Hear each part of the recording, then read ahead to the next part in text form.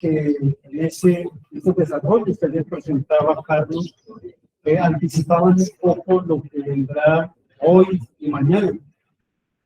Y Carlos enunciaba ayer en algún momento cómo, a diferencia de los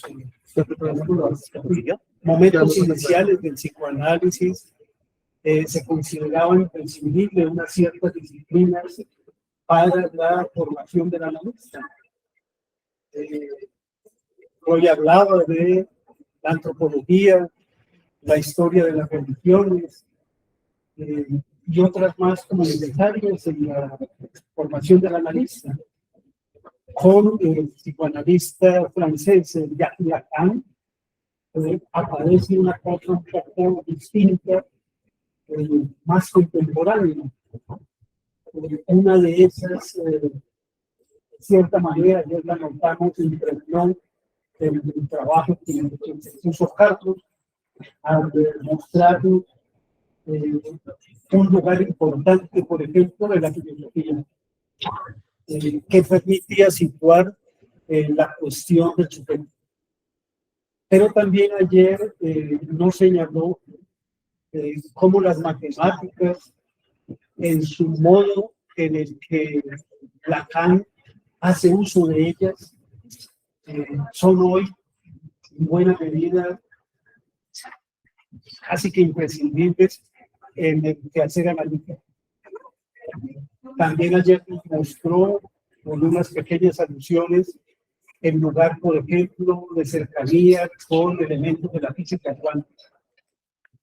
De tal manera que con ese abrebocas, pues es que surge esta inquietud de la pregunta con la que él nos incita a estas dos conferencias, y es ¿qué piensan las matemáticas para el psicoanálisis? Y 5 objetos topológicos a los cuales acudimos y con los cuales también nos debatimos. Entonces, bueno, con esta breve presentación, proseguimos el trabajo en Carlos. Muchas gracias primero al público que se interesa por un tema tan extraño, tan árido. Es Slavoj Žižek quien menciona que solamente una teoría perdedora puede ser ganadora cuando se une con otra teoría perdedora. Y habla de esto del psicoanálisis y el marxismo, cómo se unen para poder producir algo distinto, pero es la unión de dos pérdidas o de dos perdedores. Lo mismo pasa con las matemáticas y el psicoanálisis. A nadie le interesan las matemáticas, tampoco a nadie le interesa el psicoanálisis. Si encontramos la relación entre matemáticas y psicoanálisis, a lo mejor logramos algo exitoso.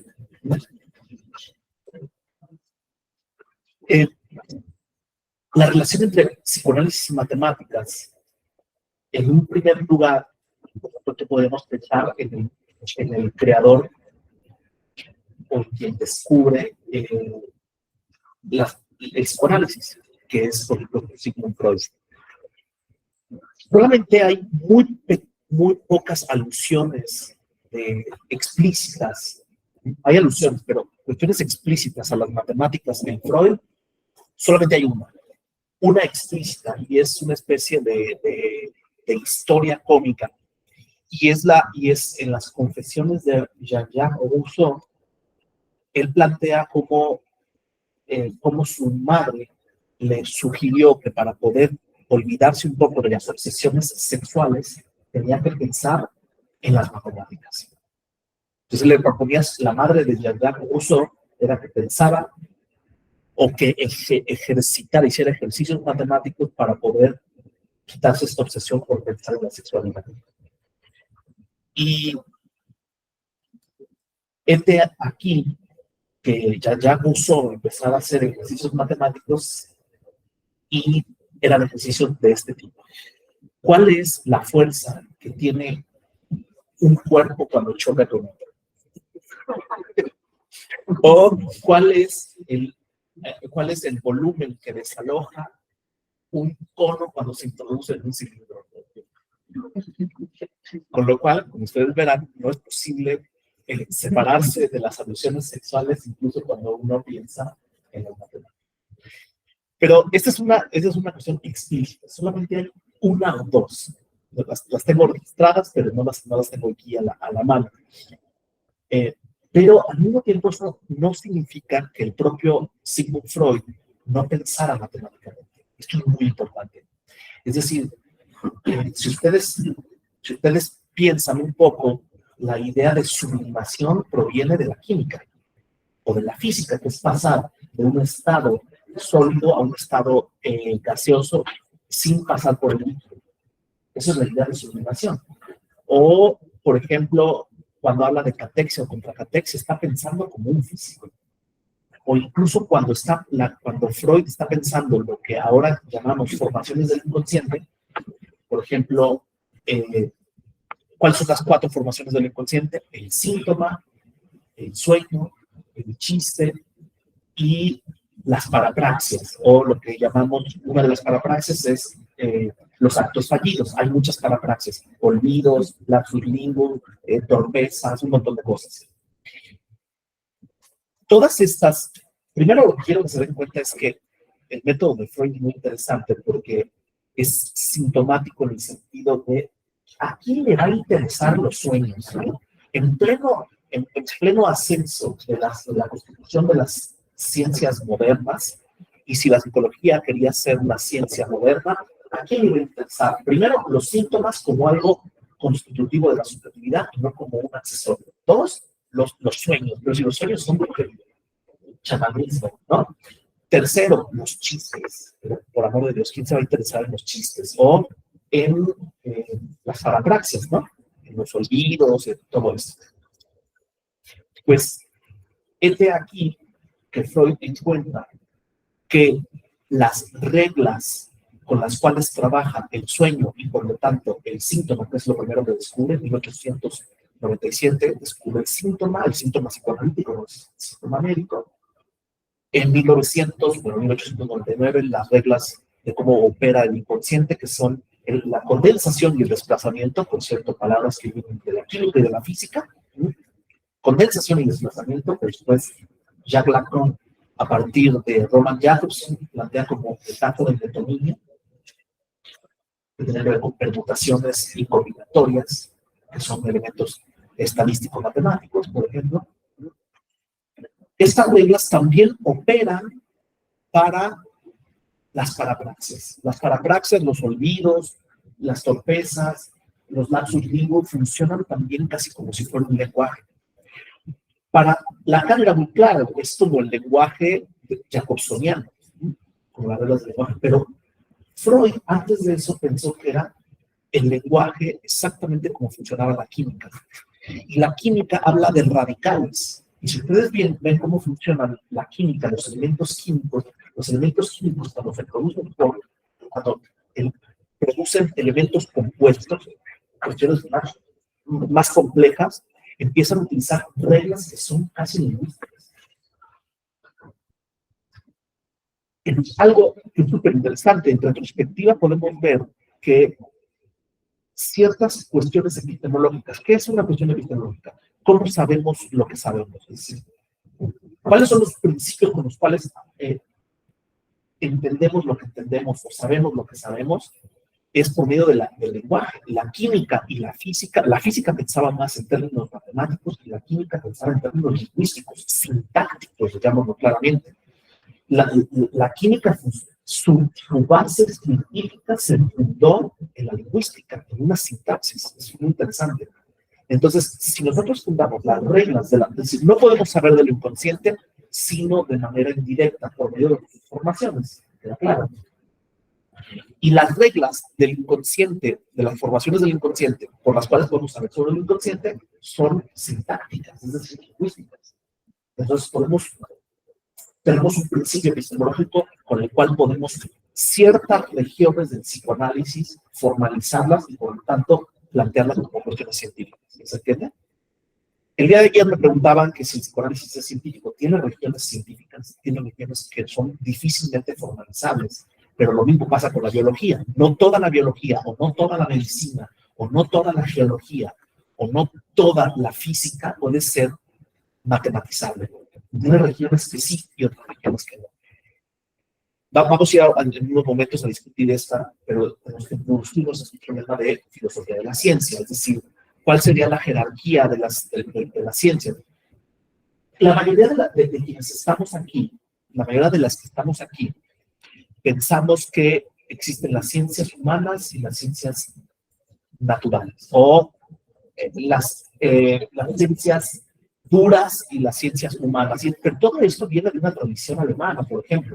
Lo que estudia la filosofía de la ciencia es tanto la sociología de la ciencia como la epistemología de la ciencia o la historia de la ciencia, es que esa partición entre distintos tipos de jerarquías científicas no son iguales en todos lados. Es algo que voy a empezar a problematizar. Es decir, no es la misma jerarquización de la ciencia por cuestiones históricas, sociales, por cuestiones prácticas, por cuestiones epistemológicas, es decir, internas a su propia forma de pensamiento. No es lo mismo la ciencia en Alemania que en Estados Unidos, que en Inglaterra, que en Colombia. Claro. Eso quiere decir que si vamos a hablar de matemáticas y psicoanálisis, hay una teoría de la ciencia en el psicoanálisis lacaniano. Sí, espero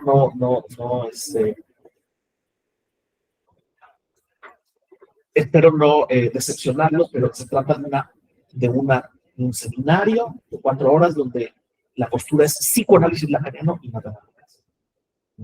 Hablo un poco de Freud, pero porque hay cierta continuidad, aunque también ciertas discontinuidades entre Freud y Lacan. Pero, ¿qué es lo que quiero decir? Hablando de esto.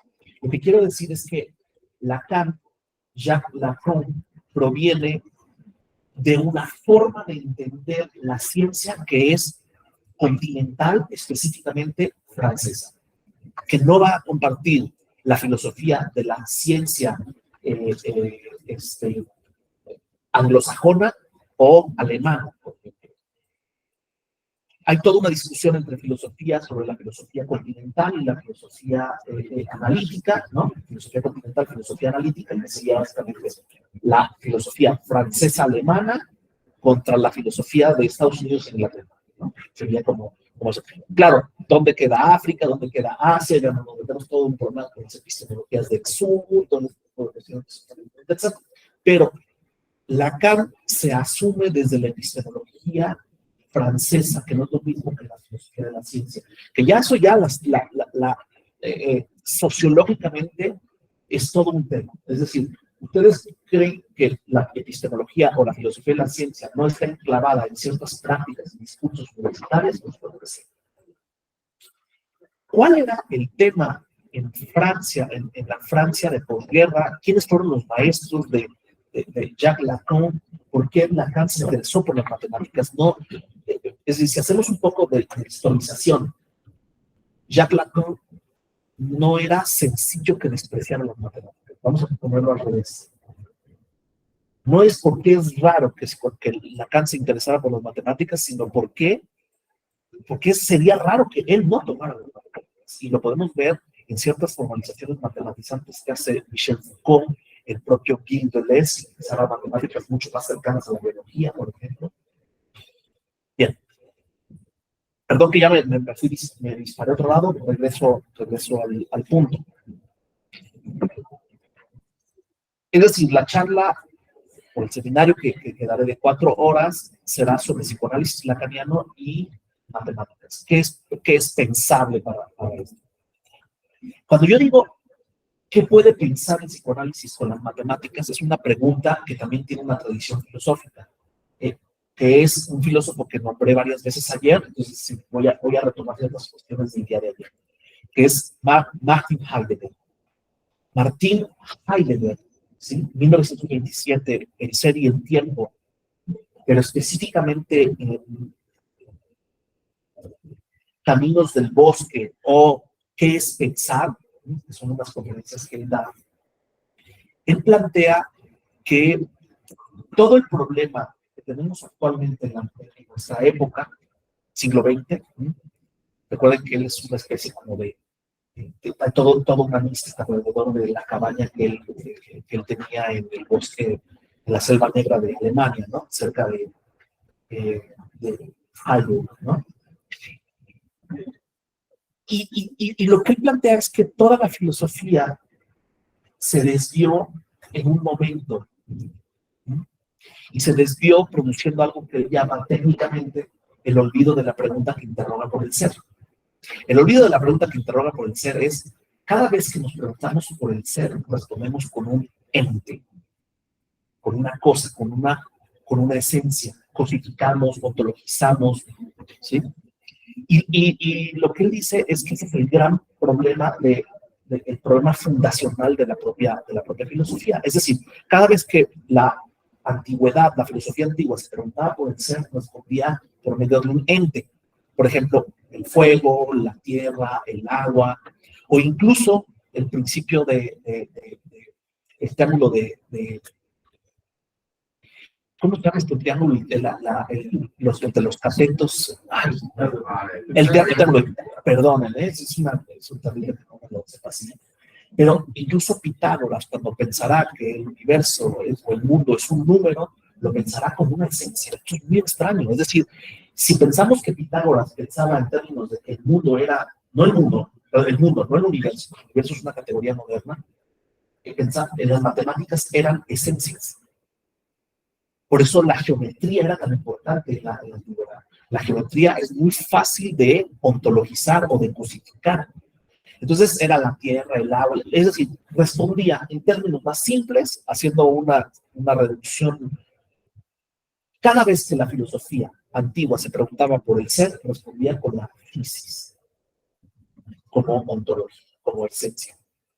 Después viene la filosofía judio-cristiana, toda la Edad Media, y cada vez, esta la tenemos mucho más cercana, mucho más clara, cada vez que la filosofía medieval se preguntaba por el ser, respondía con un ente. ¿Cuál era ese ente? Dios.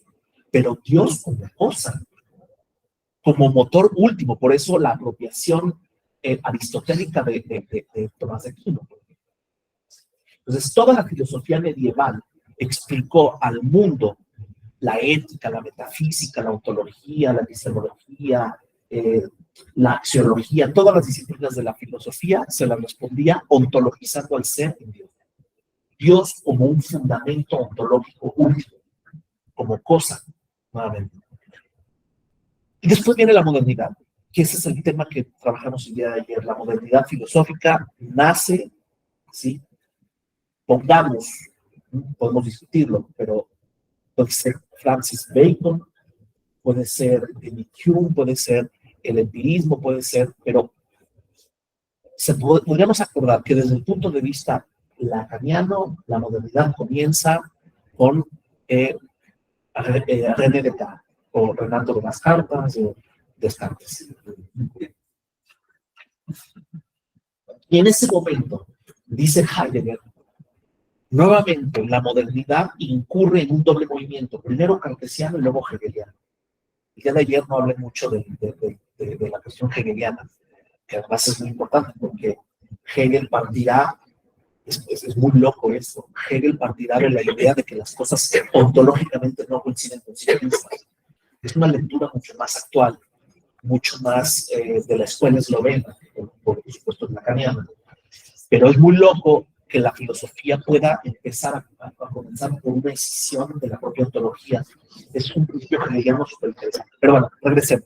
El problema es que Heidegger plantea que toda la filosofía se perdió en el momento que cada vez que se pregunta por el ser, responde como un ente. En la antigüedad con la physis, en la Edad Media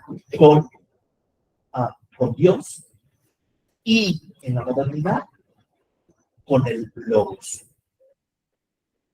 Pero el logos mal traducido, tiene todo un trabajo etimológico, Heidegger, es cuando se traduce logos por ratio. Ratio es, por supuesto, latín. Toda la latinización de la filosofía griega es una forma de ontologizar al ser. Pongo un ejemplo muy sencillo, que además me gusta mucho. Si ustedes se van a la etimología de la palabra psicología, Psicología en latín significa psique, significa mente. Y logos significa razón, ratio. Y razón es una proporción matemática, una palabra matemática, una proporción entre dos números. Las fracciones, lo que sabemos las fracciones, o los quebrados, no sé cómo digan en Colombia, en México decimos fracciones o quebrados. Nos gustaban los quebrados porque te quebraban la cabeza, porque no salían muy bien. Pero de ahí surgen los números irracionales, los que no tienen proporción. Y si no es razonable, es irracional. ¿Se entiende? La idea todo de la irracionalidad. Bueno, la psicología es la forma metafísica o ontologizada de la mala traducción del griego al latín. Psicologos significa medir, hacer una ratio, medir a la mente. Por eso los test psicológicos o estudiar a la mente por medio de resonancias magnéticas de una forma ontologizada y altamente metafísica por una mala traducción del griego al latín, según Heidegger. Pero si nos vamos a la etimología griega, nos vamos a encontrar con un texto de Freud de 1893 que se llama Tratamiento psíquico, tratamiento del alma. Que básicamente lo que va a mostrar es que el sufrimiento psíquico es creado por las palabras y se cura por las palabras. 1893. Y entonces, claro, Lacan, cuando conoce a Heidegger, le reprochaba que no haya entendido a Freud.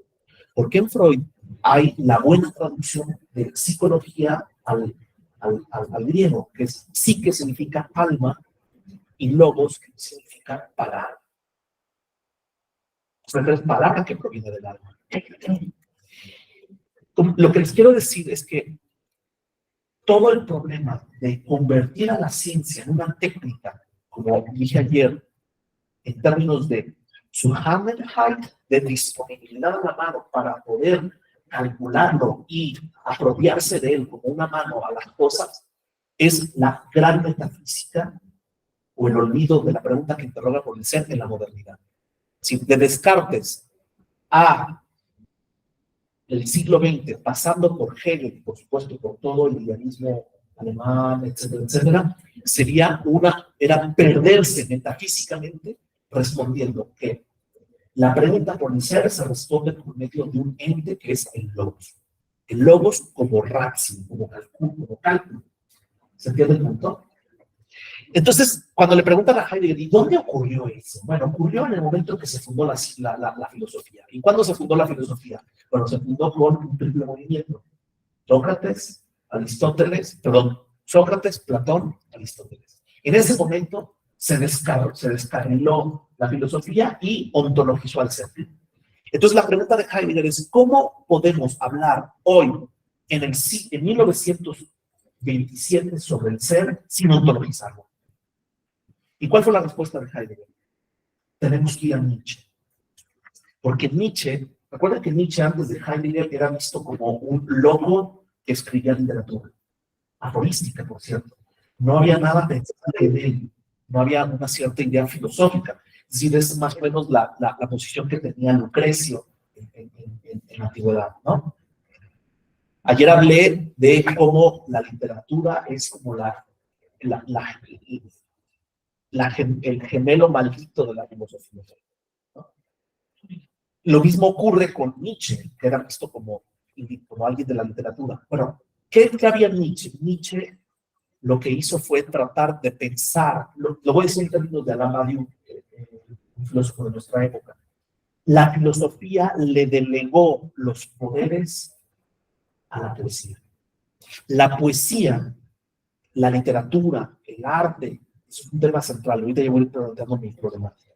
La literatura, el arte, la arquitectura, todo esto, pero en realidad la poesía sería el grado más alto de poder hablar del ser sin identificarlo, sin cosificarlo. Y por eso los grandes filósofos que no traicionarían a la filosofía, ontologizándola, sería Zenón, Trakl, Rilke, para Badiou también sería Pablo Neruda, Mallarmé, Beckett, que podrían ser escritores, literatos o gente que hace teatro. Pero ¿por qué la poesía? Y este es un tema central. La poesía para Heidegger es de alguna manera la única forma en que se puede abrir el claro del ser, el centelleo de la araignus o el acontecimiento, para poder volver a cerrarse y entonces capturar una luz, sin identificar al ser. Si se fijan, incluso el lenguaje que estoy utilizando es altamente poético y sería contrariamente anticientífico. Y ahí tenemos todo un problema. Todo ese problema lo trabajé el día de ayer, como el ombligo de esta cuestión ocurre exactamente en la modernidad. La modernidad hace un corte epistemológico entre lo que yo voy a plantear el día de hoy como matema y poema, entre las matemáticas y la literatura, o entre las matemáticas y el arte, o entre la ciencia y el arte. Es un problema muy interesante en términos modernos. Bien. Si te dan cuenta, quienes han estudiado psicoanálisis lacaniano, Lacan es heideggeriano. Lacan es heideggeriano, ¿en qué punto? Si ustedes piensan, función y campo de la palabra y el lenguaje, 1953, que es el texto, el escrito fundador del psicoanálisis lacaniano. ¿Por qué digo el fundador? Porque es cuando surge la máxima, el inconsciente está estructurado como un lenguaje. Y el epígrafe con el cual comienza es un epígrafe del presidente de la Asociación Psicoanalítica Freudiana en 1952, que es Nahasar. Y el epígrafe dice lo siguiente: no existe otra forma de estudiar al humano si no es por medio de la neurobiología. O sea, que el proyecto de la Asociación Psicoanalítica Internacional en esa época era biologizar al psicoanalista. Y claro, ¿qué dice Lacan? Si él es heideggeriano, traduce el texto Logos, no es cualquier texto, Logos de Heidegger, lo traduce y lo publica en la revista La Psicoanálisis en 1950, estaba al tanto de toda esta lectura heideggeriana. La pregunta que se hace, la cuestión que se plantea Lacan es: ¿cómo le hago para poder pensar el inconsciente sin identificarlo, sin hacerle una cosa, sin tratar de medirlo, sin pensar que es una psicología en términos latinos, es decir, una forma de medir la mente, sino más bien que sea una palabra del alma? Pero eso es muy poético. Pero ¿cómo le hacemos para hacer, por un lado, y este es el tema central en Lacan, y ahí yo podría criticar a muchos de mis colegas lacanianos que son demasiado heideggerianos? Y Lacan tiene un movimiento heideggeriano, pero un movimiento anti-heideggeriano. Vamos a ver cuál es ese punto. Y ese movimiento anti-heideggeriano, así que voy a desarrollar el día de hoy. Heidegger no va a confiar en las matemáticas, porque las matemáticas son cálculo, porque las matemáticas son la forma de poder disponer del mundo a la mano, el Zuhälterheit, el poder imponer el imperio de la tecnología en el mundo. Lo que él plantea es que en el éxtasis, en el momento más alto de la metafísica, de la ontologización del ser por medio de la ciencia, que es la forma más metafísica del logos moderno, de identificación del ser, podría existir una alternativa distinta, que es lo que él llama la serenidad. La alternativa por la poesía. ¿Muy bien? Me emociono mucho con esto, ¿eh? Pero el punto es que cuando Lacan está viendo el movimiento biologizante, cientificizante, de medición del inconsciente, ayer me decían que cuál es psicología basada en las evidencias, es la ontologización del ser, de la que habla Heidegger. Y eso es lo que lleva Heidegger a una deshumanización, básicamente. Entonces Lacan se plantea cómo evitar el diagnóstico que nos está planteando de la época Heidegger. De ahí el interés de que los psicoanalistas tenemos que empezar a escuchar a los filósofos. ¿Cuál es el diagnóstico? ¿Cómo no identificar al ser? Es decir, mutatis mutandis. Transportemos ese mismo problema psicológico al psicoanálisis. ¿Cómo le hago para poder pensar el inconsciente sin pensarlo como algo, como una disponibilidad a la mano o como una identificación del ser? ¿Y saben cuál es la respuesta? Es la misma que da Heidegger. Para poder hablar del inconsciente y no identificarlo, no va a ser por medio de la ratio, sino va a ser por medio de la poesía, o de logos en términos griegos. ¿Muy bien? ¿Y cuál es la forma de delegarle los poderes de la razón, como logos, no como ratio, al psicoanálisis? Por medio de la poesía es la lingüística.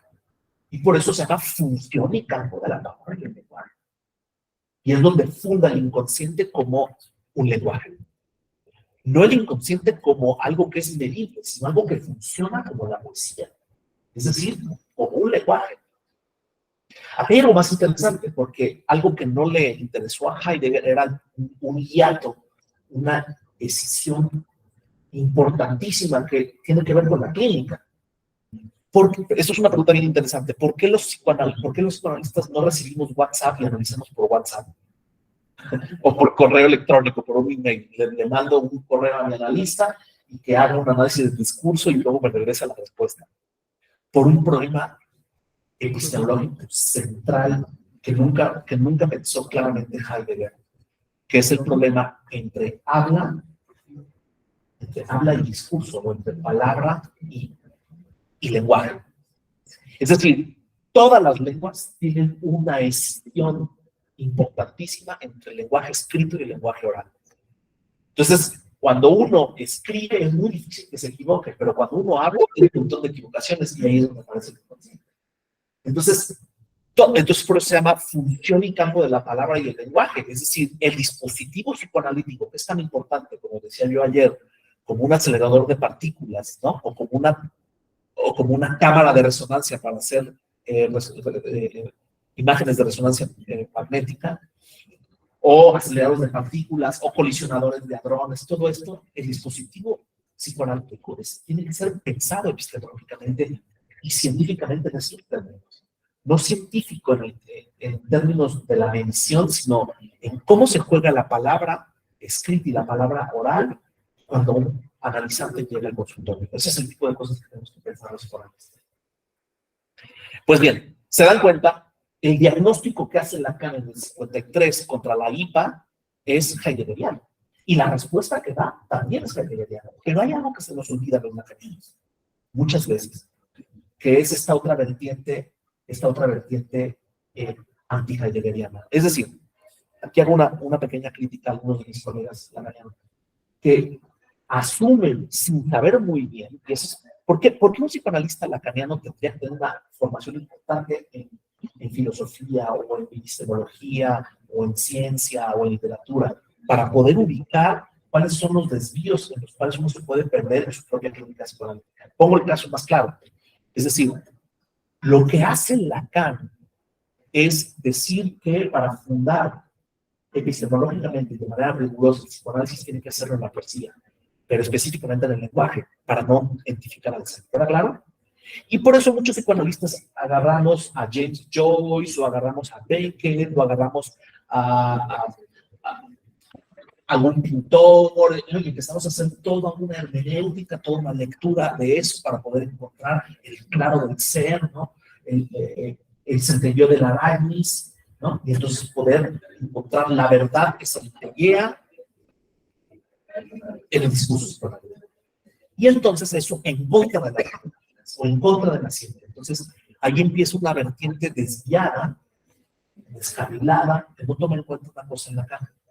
Lacan nunca cede ni al discurso científico, es decir, nunca deja el discurso científico y tampoco nunca suelta la cuestión matemática. Le voy a demostrar entre hoy y mañana. Es decir, Lacan no piensa que la ciencia tiene una lectura anti-heideggeriana de su propia lectura heideggeriana. Es decir, para Lacan, la ciencia, pero específicamente las matemáticas serían una forma de imposibilitar la metafísica que denuncia Heidegger. Esto es bien interesante. Es decir, ¿por qué para Lacan las matemáticas serían una forma de no identificar al ser? Si eso es justamente el problema de la ciencia moderna. La ciencia moderna, al utilizar las matemáticas, identifica al ser. El gran aliado de la ciencia son las matemáticas.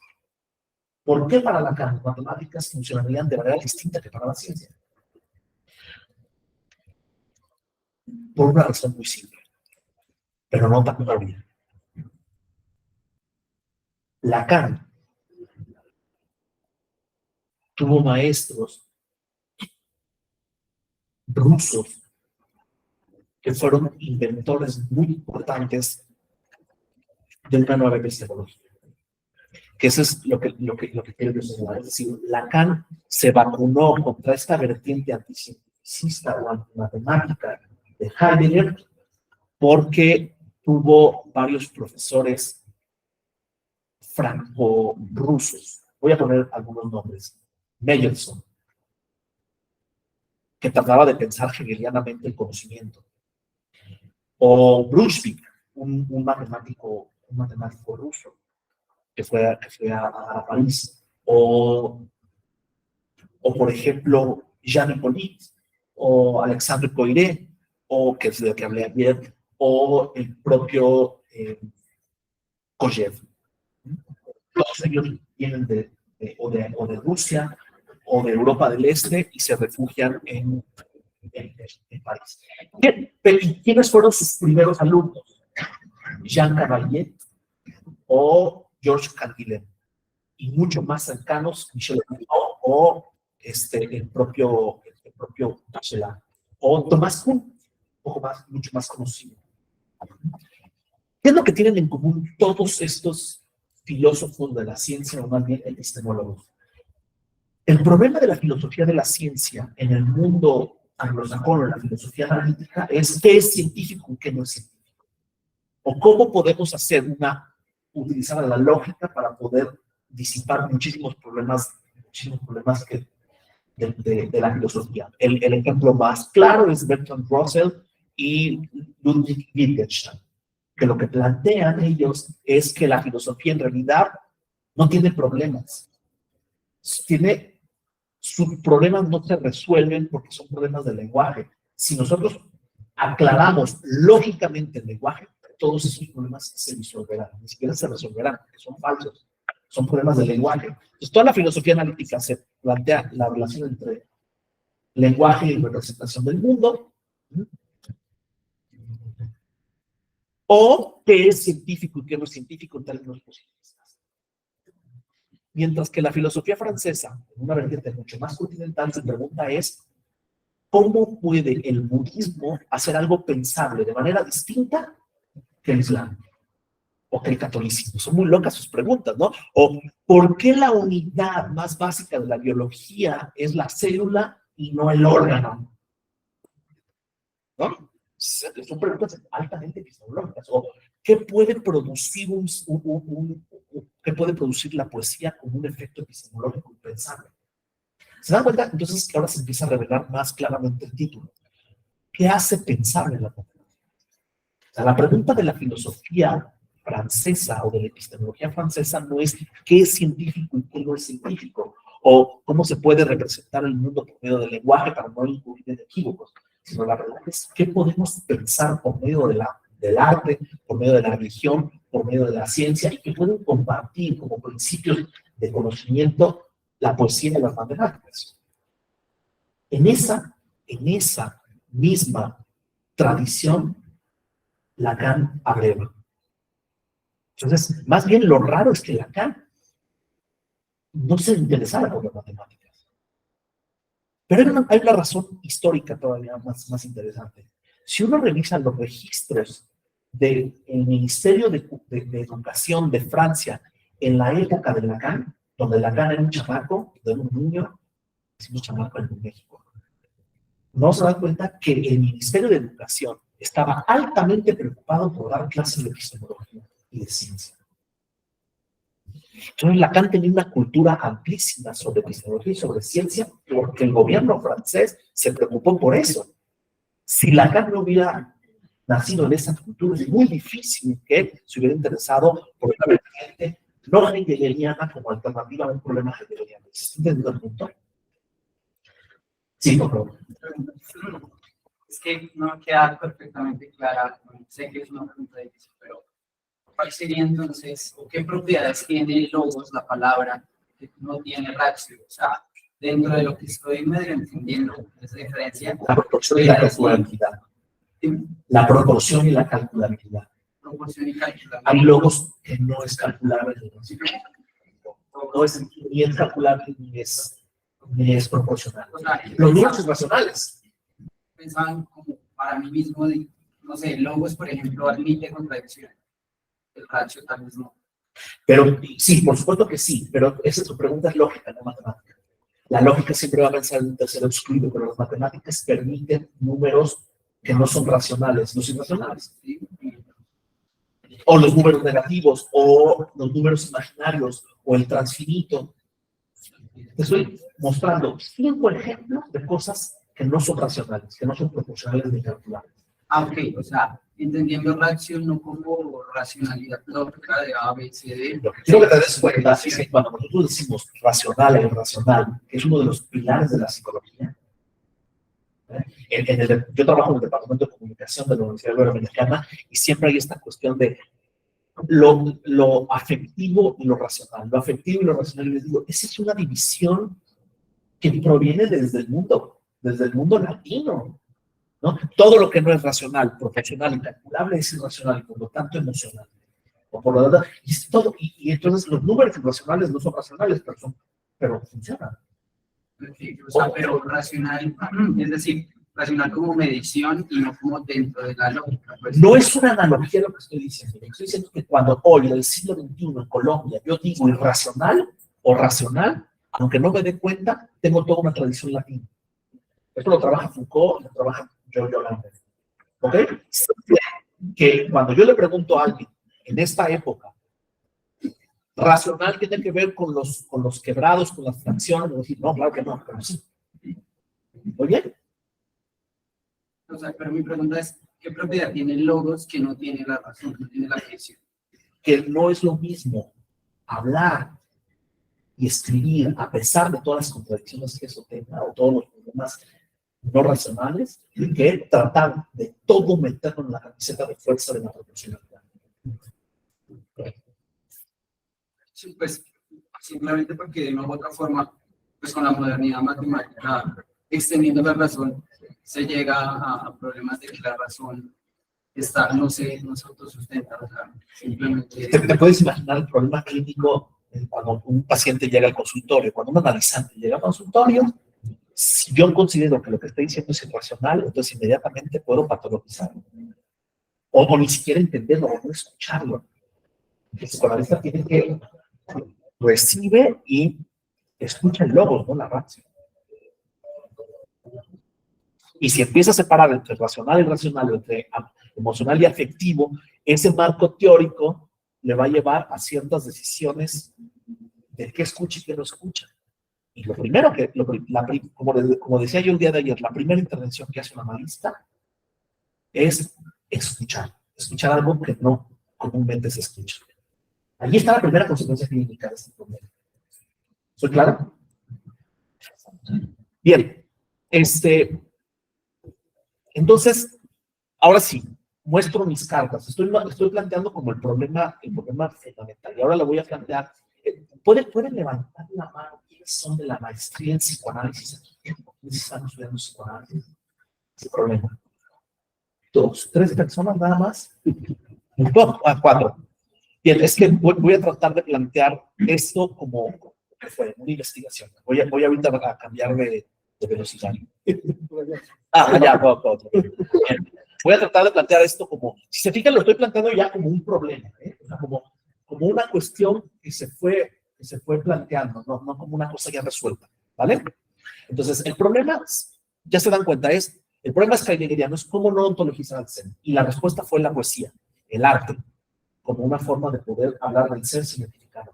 Lacan responde de la misma manera heideggeriana, en función del campo de la palabra y el lenguaje, pero ya también en ese mismo escrito, en el primer seminario, empieza a desarrollar una alternativa no excluyente. Repito, una alternativa no excluyente. Es decir, sí, para poder hablar del ser y no identificarlo, es decir, para poder hablar del inconsciente y no convertirlo en una técnica, en una mención, lo que hay que hacer es pensarlo poéticamente. Ya está. Pero al mismo tiempo, también se puede pensar matemáticamente. Y es una alternativa no excluyente. Y esta otra parte es la que a muchos colegas lacanianos nos ha costado trabajo. No ser heideggerianos en la propia respuesta. O sea, el problema es el mismo. Algunos de mis colegas lacanianos ni siquiera se imaginan que es un problema heideggeriano, pero aún así operan con eso. Y además la respuesta es heideggeriana, cuando yo lo que también estoy planteando es que hay otra respuesta lacaniana que no es heideggeriana, al mismo diagnóstico, que es la alternativa no excluyente de las matemáticas. ¿Queda claro? Voy a insistir en un punto. El psicoanálisis lacaniano puede pensar, ahorita voy con la palabra pensar, puede pensar ciertas cuestiones psicoanalíticas por la alternativa matemática y otras por la alternativa poética, algunas veces por las dos vías. Lo que es más extraño es que una forma de antídoto a la metafísica que denuncia Heidegger, ¿qué es la metafísica para Heidegger? Que se identifica el ser. Después hay otras formas metafísicas, la metafísica del uno, la metafísica de la presencia, la metafísica de la palabra, vamos a ir viendo. Hay muchas formas metafísicas de identificar al ser, pero esa es la metafísica. Lo que es extrañísimo es que si para Heidegger la ciencia es por excelencia la forma de hacer metafísica, para Lacan las matemáticas, no la ciencia, las matemáticas, es la forma es un antídoto a la propia metafísica. Eso es un escándalo para Heidegger. Es impensable Heidegger. Hipótesis, tengo elementos para sostenerlo. Lacan piensa la alternativa matemática porque tiene maestros que son epistemólogos con un gran contenido matemático, y dos, porque su cultura le permite pensar las matemáticas. Y hay una tercera respuesta. ¿Dónde dio su seminario Lacan después de que lo expulsaron de Santa Ana? En el École Normale Supérieure. ¿Y quién estaba dando clases? ¿Cuál es el movimiento más importante en el École Normale Supérieure en la época donde Lacan estaba dando su seminario? Surgió un matemático muy extraño, un matemático surrealista que se llama Nicolás Bourbaki. Como ustedes bien saben, Nicolás Bourbaki nunca existió. Era un grupo de matemáticos que todos publicaban bajo el nombre Nicolás Bourbaki, pero era un grupo. Y todos firmaban como Nicolás Bourbaki. Y después, surrealistamente, cuando dijeron, ya se acabó nuestro programa de refundación de las matemáticas, es impresionante. Porque ¿quién fue Nicolás Bourbaki o el grupo Bourbaki? Fue quien llevó hasta sus últimas consecuencias el uso de un lenguaje universal para todas las matemáticas. No es común que haya un lenguaje matemático o un tipo de matemáticas que unifique a las demás. Ojo, tengan esto en cuenta. Las matemáticas son mucho más fragmentarias y menos unificadas de lo que uno cree. El primer lenguaje matemático que unificó todo es el álgebra. Y después, a finales de 1800, la teoría de conjuntos fue el lenguaje de lenguajes, que trataba de formular álgebra, geometría, lógica, todo en términos de teoría de conjuntos. Y lo llevó hasta sus últimas consecuencias. Cuando su programa se acabó, publicaron en un periódico de Francia, de París, que había muerto Nicolás Bourbaki. O sea, tenían toda una forma de pensar. Y usted dice, bueno, pero eso no es claro que sí. La revista Silicet, que es una revista que es importantísima para la transmisión de la escuela. O sea, Lacan tuvo que inventar la escuela psicoanalítica como un dispositivo importantísimo de transmisión. Y parte de la escuela era la escritura de una revista semianónima. ¿Qué es una revista semianónima? Es el mismo dispositivo que Bourbaki. Todos los que escriben en esta revista, al final pueden encontrar quiénes son, pero no quiénes escribieron el diario. Es loquísimo.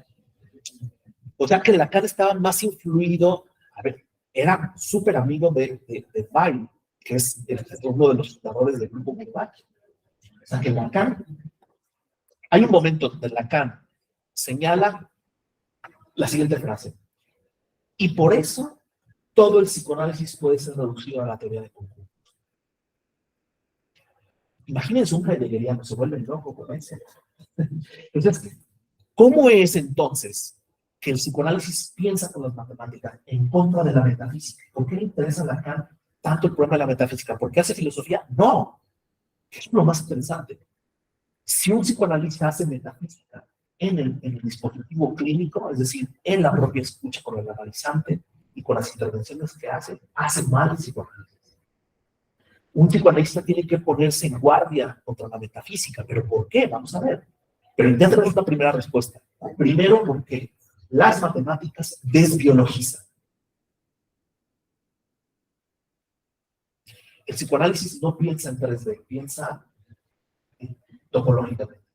Es decir, no es que no piense en 3D, tiene que pensar el problema entre 3D y 2D. 3 dimensiones y 2 dimensiones. Lacan en el seminario 22 señala lo siguiente. El sujeto se encuentra a mitad de camino entre las 3 dimensiones y las 2 dimensiones. ¿Qué es lo que enferma a un analizante? Las palabras no son de 3 dimensiones, son de 2 dimensiones. Pero al mismo tiempo tienen efecto en el cuerpo, que es de 3 dimensiones.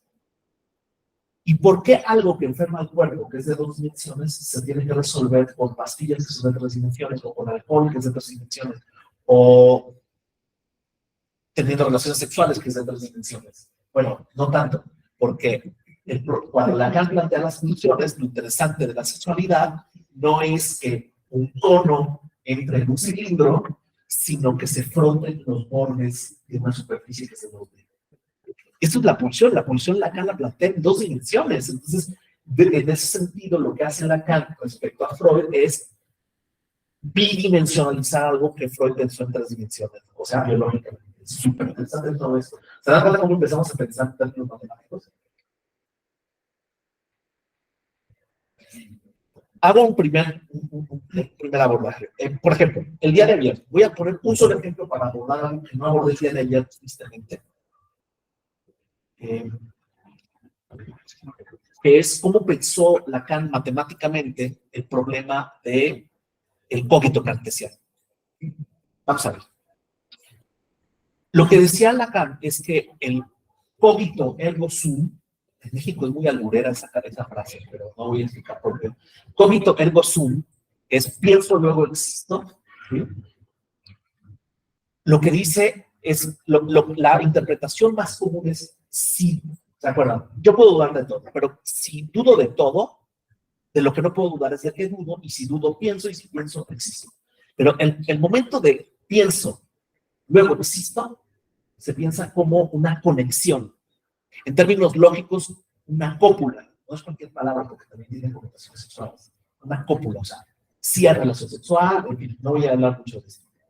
Pero cogito ergo sum se lee como una consecuencia. Unas premisas y una consecuencia. Pero lo que hace Lacan es ponerle una puntuación y dice cogito, coma, ergo sum. Entonces pienso, por lo tanto existo, y lo que dice es que hay un hiato, hay un corte ahí. Y ese es el sujeto dividido. El sujeto dividido está entre el ser y el pensar. Es muy interesante. Vamos a verlo, porque lo que hace Lacan es deconstruir, quitarle toda la metafísica a una frase que fundó toda la modernidad. Si toda la modernidad está fundada en el pensamiento de Descartes, ¿cómo hacemos para deconstruir o quitarle toda la metafísica a eso? ¿Y qué es lo que hace Lacan? Utiliza la lógica, utiliza la lingüística y utiliza la teoría de conjuntos. Acabo de dar el primer ejemplo. Todavía no lo explico, pero estoy dando el primer ejemplo de cómo Lacan utiliza la lógica, la lingüística, que en cierto medida es matemática o formalizante al menos, y la teoría de conjuntos para poder quitarle toda metafísica al cogito cartesiano. Es loquísimo esto. Yo no sé por qué Jacques Derrida o el propio Heidegger nunca se pensaron en ello. No lo entiendo. Y quizá es por ese prejuicio de que las matemáticas no piensan. Ahorita voy a seguir con el ejemplo, pero para mí es muy importante señalar por qué estoy hablando el día de hoy de por qué las matemáticas permiten al psicoanálisis pensar. Porque esto proviene de otra frase heideggeriana. La ciencia no piensa. Para Heidegger, la ciencia no piensa, la ciencia calcula. Ahí está. Si el logos es ratio y es cálculo, entonces no piensa, es una serie de técnicas. Por eso, para muchos, ayer hablaba de Therapify, ¿no? De una inteligencia artificial que tú le escribes y entonces te va terapiando y te va ayudando, ¿no? Therapify es un algoritmo que no piensa. Es pura técnica aplicada. Si hoy, tristemente, la psiquiatría ha sido reducida a la farmacología, no necesitamos psiquiatras, necesitamos una inteligencia artificial a la cual uno le muestra sus síntomas y entonces a esa máquina le da una receta y entonces se resuelve. Es la técnica, es el máximo de la metafísica. La ciencia no piensa. Ahora, lo que plantea Lacan es que, bueno, no es Lacan, es Alain Badiou. Y Alain Badiou es alumno del grupo Bourbaki, es alumno de la Escuela Normal Superior y alumno de Jacques Lacan. Y lo que hace Alain Badiou es fundar toda la ontología de la filosofía actual en las matemáticas. Y él dice que las matemáticas sí piensan, pero piensan en el punto donde las matemáticas desfallecen. Voy a poner un ejemplo. Vale. Y por eso puede ser antimetafísico, pero Alain Badiou toma la lección de Jacques Lacan. Esto es impresionante. Es decir, Alain Badiou es de los pocos filósofos que han leído bien la psicoanálisis para poder hacer otra cosa. Lo digo claramente. Ustedes no me permitirán mentir. Si me equivoco o hago una impresión, me dicen. Los señores son matemáticos. Todo el álgebra funciona perfectamente bien, excepto cuando nos encontramos con una ecuación como esta.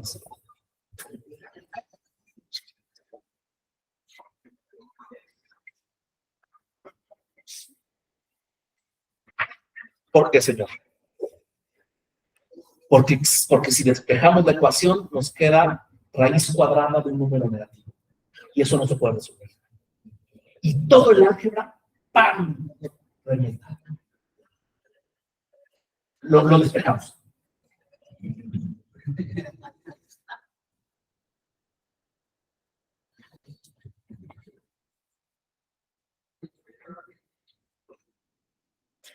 Rápido, a ver. X al cuadrado es igual a menos 1. Y X es igual a raíz cuadrada de menos 1. No hay ni un solo número negativo que multiplicado por sí mismo dé algo positivo. Ojo, esto ya pasó en la aritmética, cuando se dividía algo entre 0. O sea, la aritmética reventó cuando algo se dividía entre 0. El álgebra se puso en jaque en el momento en que nos encontramos con una raíz cuadrada de un número negativo. Y así nos vamos a encontrar que las matemáticas se encuentran con una inconsistencia. Y en ese punto tuvieron que inventar algo. Cuando tuvieron que inventar algo, ahí pensaron. No pensaron en el cálculo, sino pensaron en el momento en el que reventó, en el que se quebró, en el momento en que encontraron una cosa muy loca. Los números irracionales. O sea, por ejemplo, esto. Si tenemos 10 entre 3, te da 3.3, es decir, es racional. ¿Vale? Pero si tenemos algo como la raíz cuadrada de 2,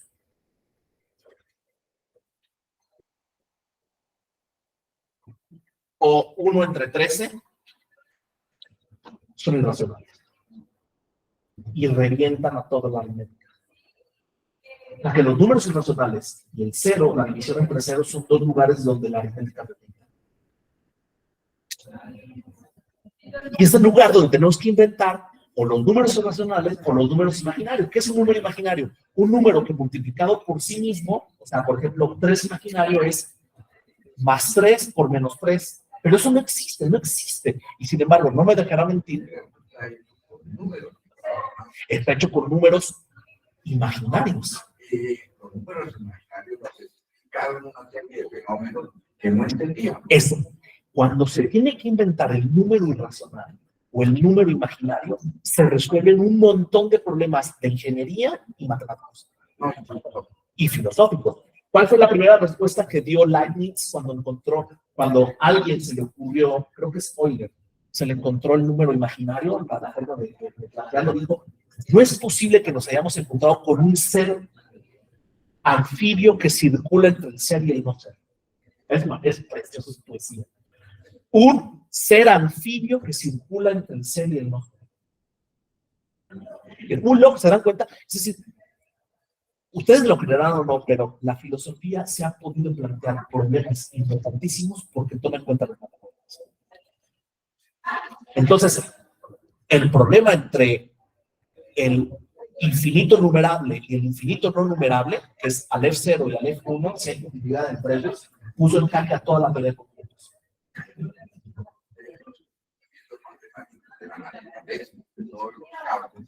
Que los cuales nos daban un comportamiento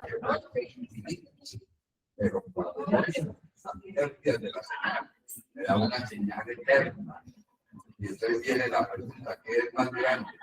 ¿O infinito o la eternidad? Yo lo requiero en matemáticas. Cuando George Cantor, que escribió en alemán, se encuentra con una forma muy simple, que es, él encontró, por un método que no voy a explicar ahora el día de hoy, se encontró con que existía, porque ustedes dicen, claro, el número 0, eso fue hace mucho tiempo. Bueno, todavía yo estoy seguro que el 90% de la gente que está aquí no sabe que existen infinitos más grandes que otros, que hay infinitos que se sabe que son, se puede demostrar que son más grandes que otros, pero que no son numerables, no son medibles. De hecho, el primer infinito más grande que el numerable es el numerable. Y entonces, ¿qué es un infinito no numerable? Bueno, cuando George Cantor demuestra para él mismo por primera vez que hay un infinito más grande que el numerable, le escribe uno de sus mejores amigos en alemán y dice, cuando hice eso, lo dice en francés, je le vois et je le crois pas. Yo lo veo, pero no lo creo. Además se asustó, porque él decía que si existía un infinito no numerable, se iba a poner en cuestión su fe en Dios. O sea, casi siempre, no es, desde el punto de vista psicológico, es cuando nos encontramos con algo matemáticamente que rompe con cualquier representación, se pone en juego la garantía de la vida. Bien, termino solamente con una cosa más, para poder mostrar. Hoy, el día de hoy, no voy a hablar de los 5 objetos matemáticos en Lacan, sino del problema de por qué dije yo a la discusión de lo que es Lacan y qué ayudaba a pensar, ¿vale?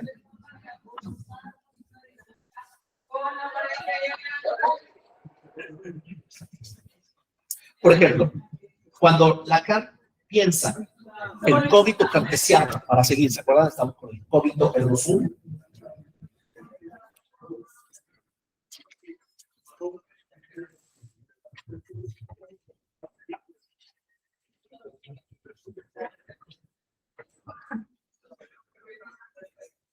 El cogito ergo sum, primero vamos a plantearlo así.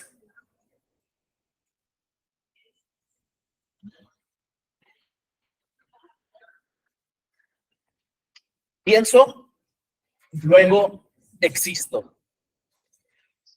Lo que hace Lacan es puntuarlo con una coma. Y después introducir una cuestión de la temporalidad. Esto es muy extraño porque Lacan,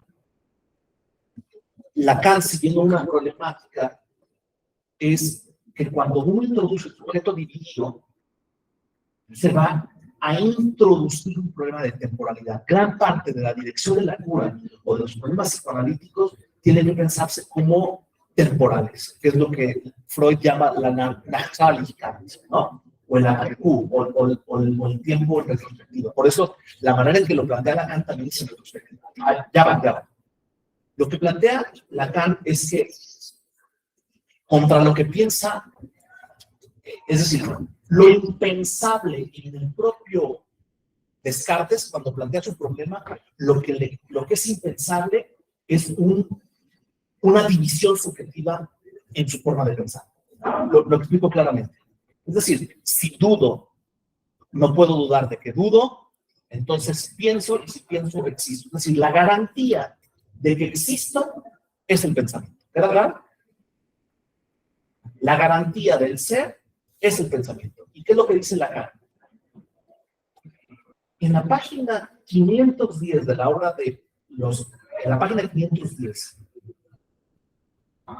de la interpretación de los sueños de Freud, de la edición Amor-Rotu, en una página dice algo bien interesante. Freud dice, cuando un paciente me cuenta un sueño y no me queda muy claro qué está diciendo, cómo pensar el propio sueño, le pido al paciente que me vuelva a contar el sueño. Y allí, donde pone algo o donde quita algo de la primera narración, ahí utilizo una palabra, utilizo una historia de Shakespeare, ahí es donde Clinilla encaja el cuchillo. Es decir, ahí es donde habita el inconsciente. ¿Dónde habita el inconsciente?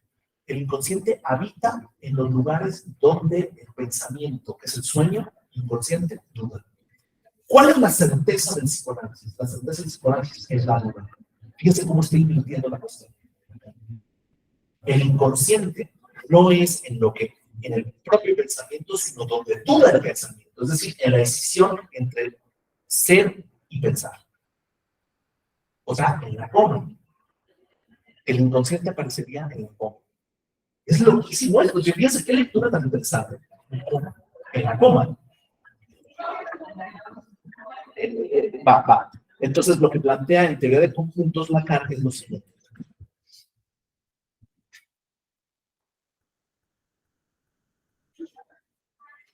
En unos diagramas de Venn, lo que plantea es que en un lado está el ser y en otro lado, por un lado está el ser y por otro lado está el pensar.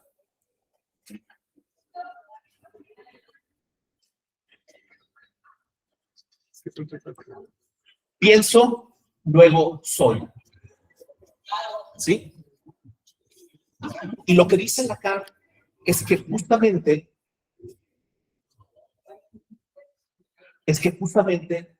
el punto interesante es la intersección. Pero es una intersección muy extraña, porque no es una intersección entre lo que hay, sino es una intersección entre lo que no hay. Es decir, ¿dónde estaría lo más interesante en psicoanálisis? Lo más interesante no estaría ni en el ser, ni en el pensar, sino en la falla entre el ser y el pensar. Entonces, luego Lacan, pero es muy interesante, porque además piense que del lado izquierdo está el ser, y del lado derecho está pensar, que lo que invierte la relación temporal entre pienso luego existe. ¿Sí? Entonces, lo que plantea Lacan es que cuando nosotros, otra vez voy a hablar de cuando nosotros somos arrojados al mundo, caemos en un mundo de lenguaje que nos preexiste. Y entonces, cuando caemos a este mundo del lenguaje que nos preexiste, antes no somos nada. Esto es muy curioso. Una de las cosas más interesantes en psicoanálisis es que nosotras existimos antes de nacer biológicamente. Y eso tiene consecuencias, no sé si se dan cuenta. Es decir, si mi madre pensaba que el nombre que iba a tener, o si iba a ser hombre o mujer, y toda la ropa que iba a comprar, todo eso, ¿ustedes creen cuando nazco, no nazco y caigo en esa red de lenguaje que me consiste? Por supuesto que sí. Pero digámoslo ahora al revés, esto es muy interesante. Pensémoslo ahora al revés.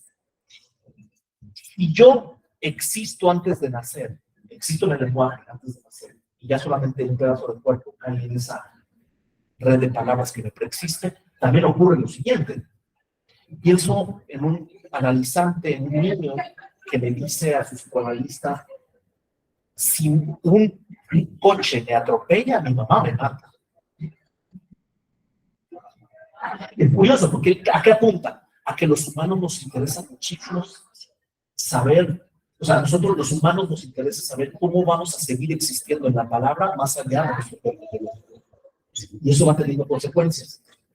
Muy bien, es decir, el humano, y esto ya voy rapidísimo, disculpen que plantee todo esto así, pero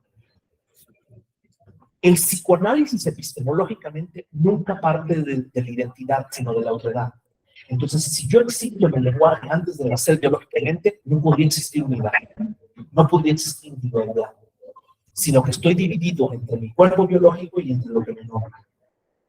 Eso es una forma también de poder plantear el sujeto dividido. Entre bios y zoe. Entonces, cuando yo nazco, hay un momento en el que soy nombrado, y eso es lo que se va a llamar el significante amo, y después todos los demás significantes que son el S2. No me voy a meter ahorita en esa parte tan técnica, pero sí voy a decir una cosa. Después Lacan lo que va a señalar es que para que podamos, que el humano nace prematuro. Es decir, no tiene instintos con los cuales sobrevivir por sí mismo. Y entonces es necesaria una imagen del otro para que pueda poder existir, que es la autoridad imaginaria.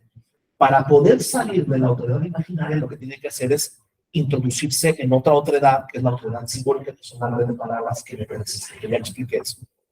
Es la única forma de salir de la estupidez del imaginario.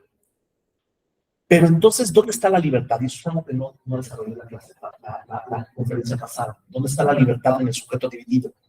Si bien necesito de la otredad imaginaria, de la otredad simbólica, para poder ser algo más que un mero objeto que cae al mundo, al mismo tiempo quedo atrapado en las redes del lenguaje.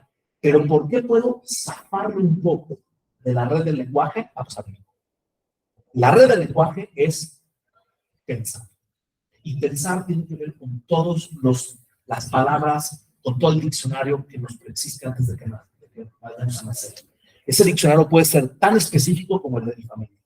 No voy a explicar ahorita de eso, pero existe un diccionario que es Gómez Camareniano al español, ese es mi apellido. O sea, mi familia se habla de cierta manera, con ciertas fonéticas, y eso constituye mi pensar. A eso Lacan le llama el gran otro y le pone una letra algebraica que es el gran otro, A mayúscula, y después está el ser, que es el sujeto. ¿Por qué el sujeto no queda completamente atrapado en la red del lenguaje que le preexiste para no ser libre? Por una razón muy simple. No hay universo del lenguaje. El propio lenguaje tiene fallas. Y ahí donde está la falla, puedo existir yo. Y esa falla del lenguaje se coordina con la falla del sujeto. Pueden ver el tatuaje del brazo del lado derecho de Jairo. Ahí está.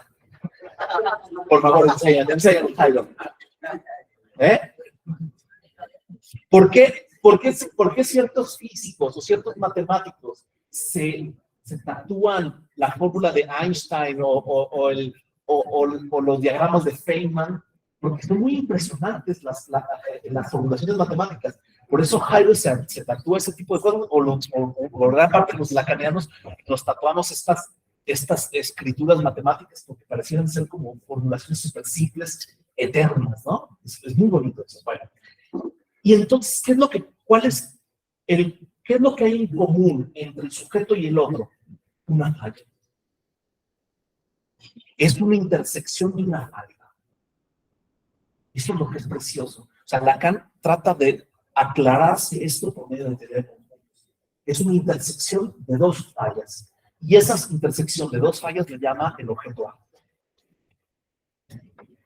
Y es lo que Lacan va a plantear el separar. Separarse o parirse a uno mismo. Lacan utiliza metáforas biológicas a veces, pero cuando no le alcanza la biología y quiere plantearlo de manera rigurosa, utiliza matemáticas. Primero utiliza la cola de un lagarto o de una lagartija, no sé cómo les digan aquí en Colombia. Cuando ustedes, una cosa fascinante cuando tomamos una lagartija es que para escapar, ¿qué tiene que hacer? Perder una parte. Y esa parte queda perdida para siempre. Y entonces Lacan, contra el mito de los andróginos, en Sófocles, que es los humanos somos esferas, ¿se acuerdan? Somos esferas que somos andróginas, y los dioses lo que hacen es partir a esas esferas en dos para que no se empiecen a hacer como bolas de nieve y lleguen a los lugares más altos de los dioses, los parten en dos para que todos esos tontos estén buscando a su heredera. Entonces lo que dice Lacan es, vamos a tener que modernizar ese mito, pero también es un mito. Y lo que él dice es, cuando una madre y un hijo son uno solo en el embarazo, cuando nace el niño, algo se pierde. Se pierde para la madre y se pierde para el hijo. ¿Qué es lo que se pierde para la madre y para el hijo? No es la unión. La placenta. Y la placenta es lo que cae. Y a partir de eso empieza a plantear, ese es el drama de los humanos. O sea, ¿Por qué llegan los pacientes al consultorio? ¿Por qué sufrimos lo que sufrimos en la vida? Porque algo se perdió en el momento que nacimos. Y tenemos toda la fantasía de que un momento lo vamos a encontrar. O en un gadget, o en una persona, o en un empleo, o en no sé qué. Pero esto lo plantean acá, primero por medio de metáforas, pero cuando lo plantea rigurosamente, lo plantea por medio de metáforas. Y después por un problema lingüístico, que es el problema entre enunciado y enunciación. Por ejemplo, si yo digo 3 palabras, tiene 3 palabras, hay 2 niveles, el enunciado y el nivel de enunciación. 3 palabras tiene 3 palabras. ¿A qué me refiero, no? Y, por ejemplo, hay una escena, ya no último que digo, perdonen que esté hablando tanto. Hay un momento en donde hay una película donde están 2 chicos en la calle y están hablando y se empieza a notar una cierta tensión sexual. Y en esa tensión sexual le dice la chica, ya llegan al apartamento, le dice, ¿no quieres subir a mi apartamento por un café? Y le responde él, no tomo café. Y le dice ella, no tengo café. Si te fijan, son 3 enunciados. Son 3 enunciados. ¿Quieres pasar a mi apartamento a tomar café? No tomo café. No tengo café. O sea, en enunciado es lógico, pero en la enunciación queda claro. La enunciación pasa de manera silenciosa. Suben, por favor, a mi apartamento. Voy a hablar colombiano para comernos. Perdón, ¿eh? ¿Se dan cuenta? Pero no lo dijo por enunciado, lo dijo por enunciación. Entonces el hipócrita ergo sum es pienso, luego existo, hay una división entre enunciado y enunciación. Y se puede formalizar de manera lingüística de manera muy racional, de manera muy clara. Y todos estos fenómenos entre enunciado y enunciación, imagínense cuántas cosas terribles pasan para la historia de un analizante que son por enunciación. Son cosas que no se dicen explícitamente, que no se dicen por enunciado, pero sí se dicen por enunciación. Bien, con eso quise mostrar cómo Lacan, ante el problema del sujeto dividido, puede utilizar a veces metáforas, la placenta, la lagartija, a veces formalizaciones más rigurosas como enunciado y enunciación, que está en la lingüística transformativa de John Austin o en Benveniste, pero otras veces tiene que utilizar o lógica, un impasse en la lógica es 3 palabras, tiene 3 palabras, ¿eh? O tiene que utilizar teoría de conjuntos para poder localizar un objeto que es existente en términos ontológicos, pero que al mismo tiempo tiene efectos en la discursividad de los pacientes. Espero no haber sido muy general, espero no haber sido aburrido, espero haber podido transmitir cuál es el problema de las matemáticas en Lacan. El día de mañana voy a hablar específicamente de cuáles son los 5 objetos y cómo ayudan a pensar un montón de cosas en Lacan. Les agradezco su tiempo y su atención.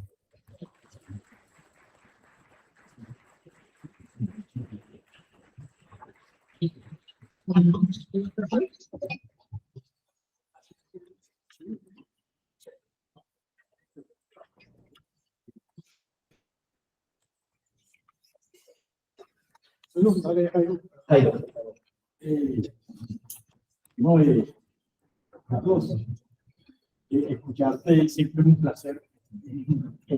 Estaba pensando que si hay una tendencia en el psicoanálisis que cuesta. Mucha gente se dedica a eso. Hay otra tendencia que es matemática, creyendo que por ahí alcanza la ciencia.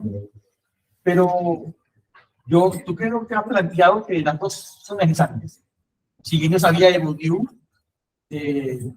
las 4 verdades, estaba pensando, todo esto llevaría también a deducir que tú quieres plantear, además lo has dicho ayer y hoy, que en la práctica psicoanalítica hay que encontrar otro puente. Hay que encontrar otro. Hay que encontrarnos con esto porque hay una, para mí, una tendencia que quieren hacer una clínica sin esto. Para ti es posible una clínica que no se encuentre con esto, con poesía, matemática y otras cosas más, porque creo que los han firmado desde ayer y hoy, de cierta manera. Va. Es muy buena pregunta. Perdón, no sé si has terminado tu pregunta.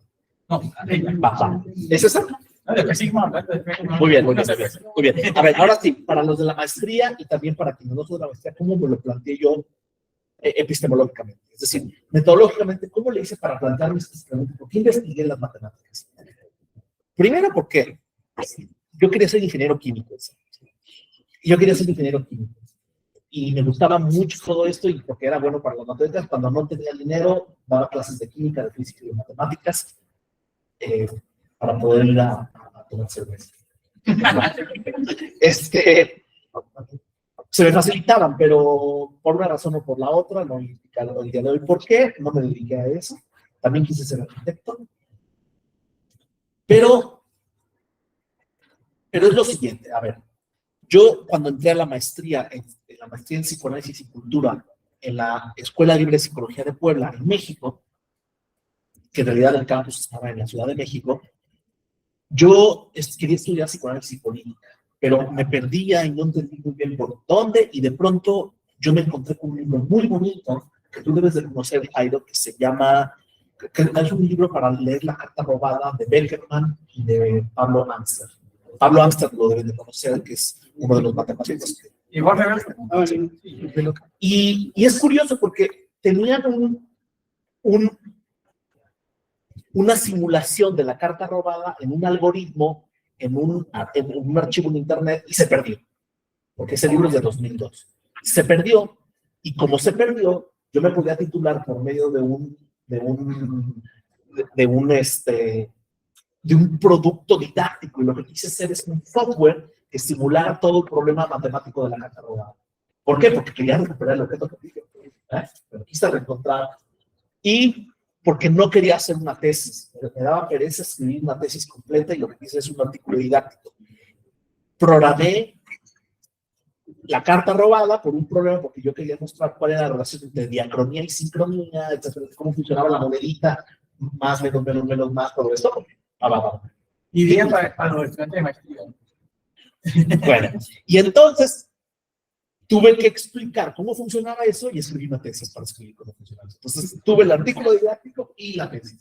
Y en mi tesis me di cuenta de una cosa muy curiosa. O sea, yo estudié a profundidad el seminario de la carta robada. Y el seminario de la carta robada es un seminario sobre un cuento de Edgar Allan Poe, que es literatura.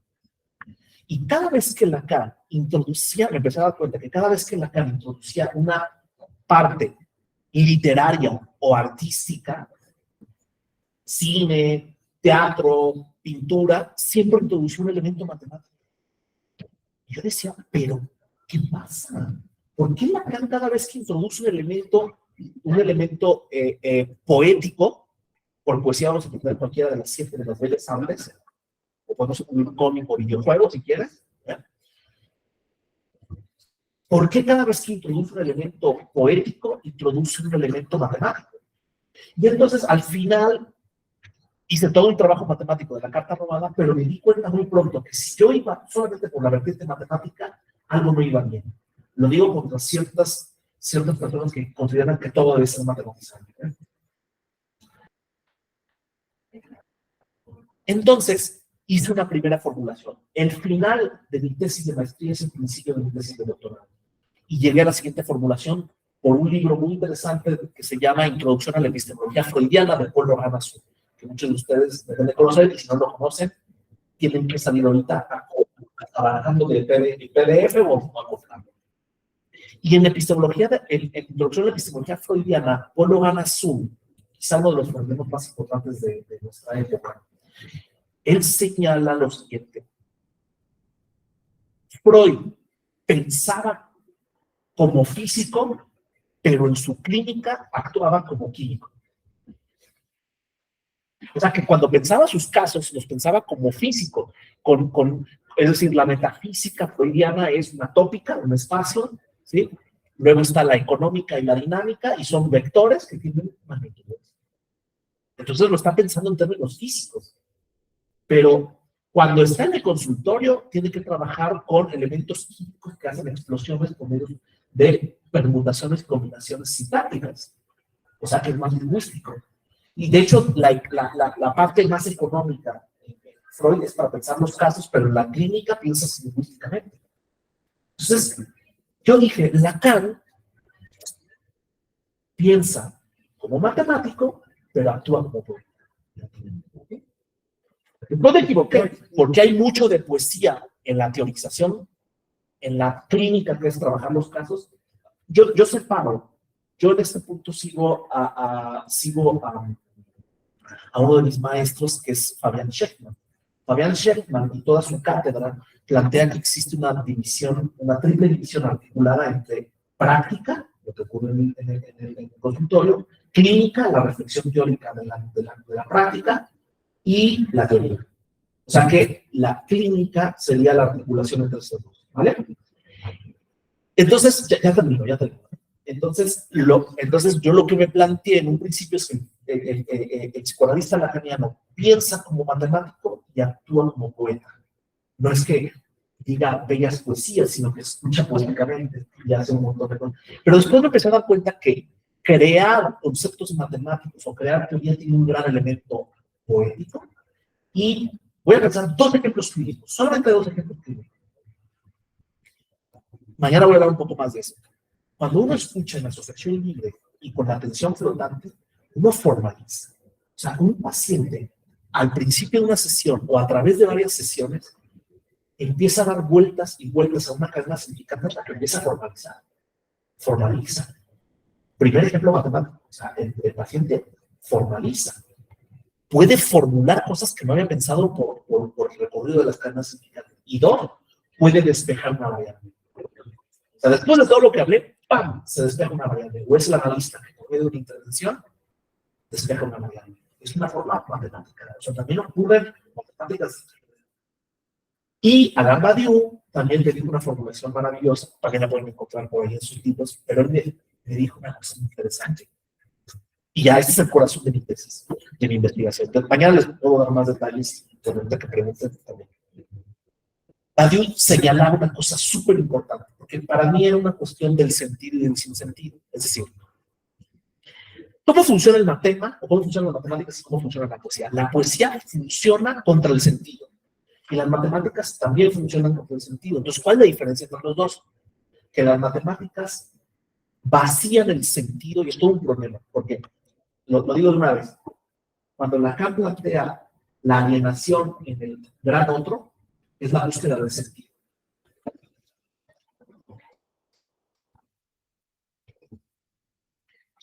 Y eso,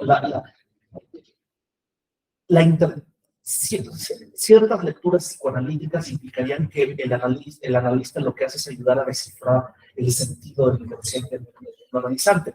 Pero uno puede inflar lo simbólico hasta la eternidad, ¿eh? Y lo que hace Lacan es que las intervenciones tienen que ir a contrapelo del sentido. Esto ya no es un problema bien interesante clínico, que es que las matemáticas y la poesía lo que intentan es ir a contrapelo del sentido, pero de maneras distintas. Las matemáticas vacían el sentido tendiendo a la univocidad del vacío, o a la univocidad del cero, o a la univocidad del agujero. Tienden, no lo logran. Mañana lo vamos a ver. Oye, mientras que la poesía y todos los artilugios de las 7 artes, más el cómic y los videojuegos, o lo que ustedes quieran ponerle, apuntan a vaciar el sentido por proliferación del sentido, es decir, por multiplicidad de sentidos. Y ese es el problema más interesante del equívoco del lenguaje. O sea, cómo el equívoco libera al analizante de este ejemplo que es muy bonito de Geneviève Morel, en La ley de la madre, donde una paciente tiene toda una serie de estragos por una frase de su madre. Ella nace a los 6 meses, es decir, tenía una alta probabilidad de morir, y la frase que le dice, que es muy desafortunada de su madre, es: tú no debiste haber nacido. Pero no lo decía por deseo, sino por probabilidad. Pero sí se entiende la ambigüedad. Es esta frase que dice Lacan cuando dice, y unos minutos después la bomba habría explotado. Es ambigua porque no sabemos si sí explotó o no. Y en la frase de esta madre a su hija, ese es el equívoco poético, ¿no? O sea, tú no debiste haber nacido. ¿Qué es? ¿El deseo de la madre de que no quisiera que naciera o es la alta probabilidad que tuvo de no haber nacido? No se sabe. ¿Y qué es lo que hace un análisis? Poder crear una lectura distinta de una misma frase. Liberar. Es decir, el equívoco está en el objeto. Pero para que pueda ocurrir ese equívoco, tiene que haber un desalojo del objeto. Perder algo. En fin, pero lo que quiero decir. Ya no sé qué quiero decir. No, sí. Es decir, que mi tesis pasó de piensa como físico a el problema del psicoanalista lacaniano, piensa como matemático, todo como poeta, cómo se desestabilizó. Al principio pensaba en la cuestión del sentido, pero cómo se vacía el sentido por medio de la proliferación de sentidos equívocos o por medio del vaciamiento de sentido por medio del agujero. Y por último, Badiou, cuando yo le planteo todo esto, Badiou me dice, ese es un problema más bien derridiano. Yo lo que le propongo es que poema y matema son los dos extremos del lenguaje. Eso es precioso. Y esa fue la conclusión a la que llegué. Me la dio Badiou, pero la encontramos en Lacan. Es decir, y para mí es muy útil para poder pensar un montón de cosas. Cada vez que yo trabajo en el departamento de comunicación, doy clases de cine. Toda mi tesis sobre las matemáticas de la poesía me sirve para poder pensar el cine o la semiótica. ¿Por qué? Solamente hay dos lugares donde el lenguaje se puede inventar. El lenguaje se puede inventar o por el polo matemático, invenciones matemáticas, la raíz cuadrada de un número negativo, el número imaginario, los transfinitos, ¿no? Exponencial, todos esos números se tienen que inventar. Es una forma inmanente de empujar los límites del lenguaje. Y dos, por medio de la poesía. O sea, el lenguaje arquitectónico o el lenguaje cinematográfico o el lenguaje pictórico empujan los límites del lenguaje. Y el psicoanalista trabaja con el lenguaje. Por eso para mí es muy importante este tipo de investigaciones. Juro que voy a hablar menos cuando...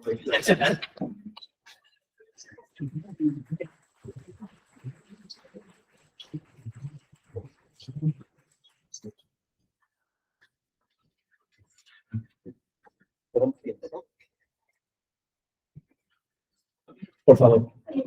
Cuando usted dice que la clase de pienso lo marxista, con la coma de pienso, es una cuestión de temporalidad. Está cayendo la temporalidad. ¿Está diciendo con eso que hay una temporalidad necesaria para que la imagen del otro? No sé si es necesaria la temporalidad para que se forme la imagen del otro, pero sí para que pueda haber una subjetivación.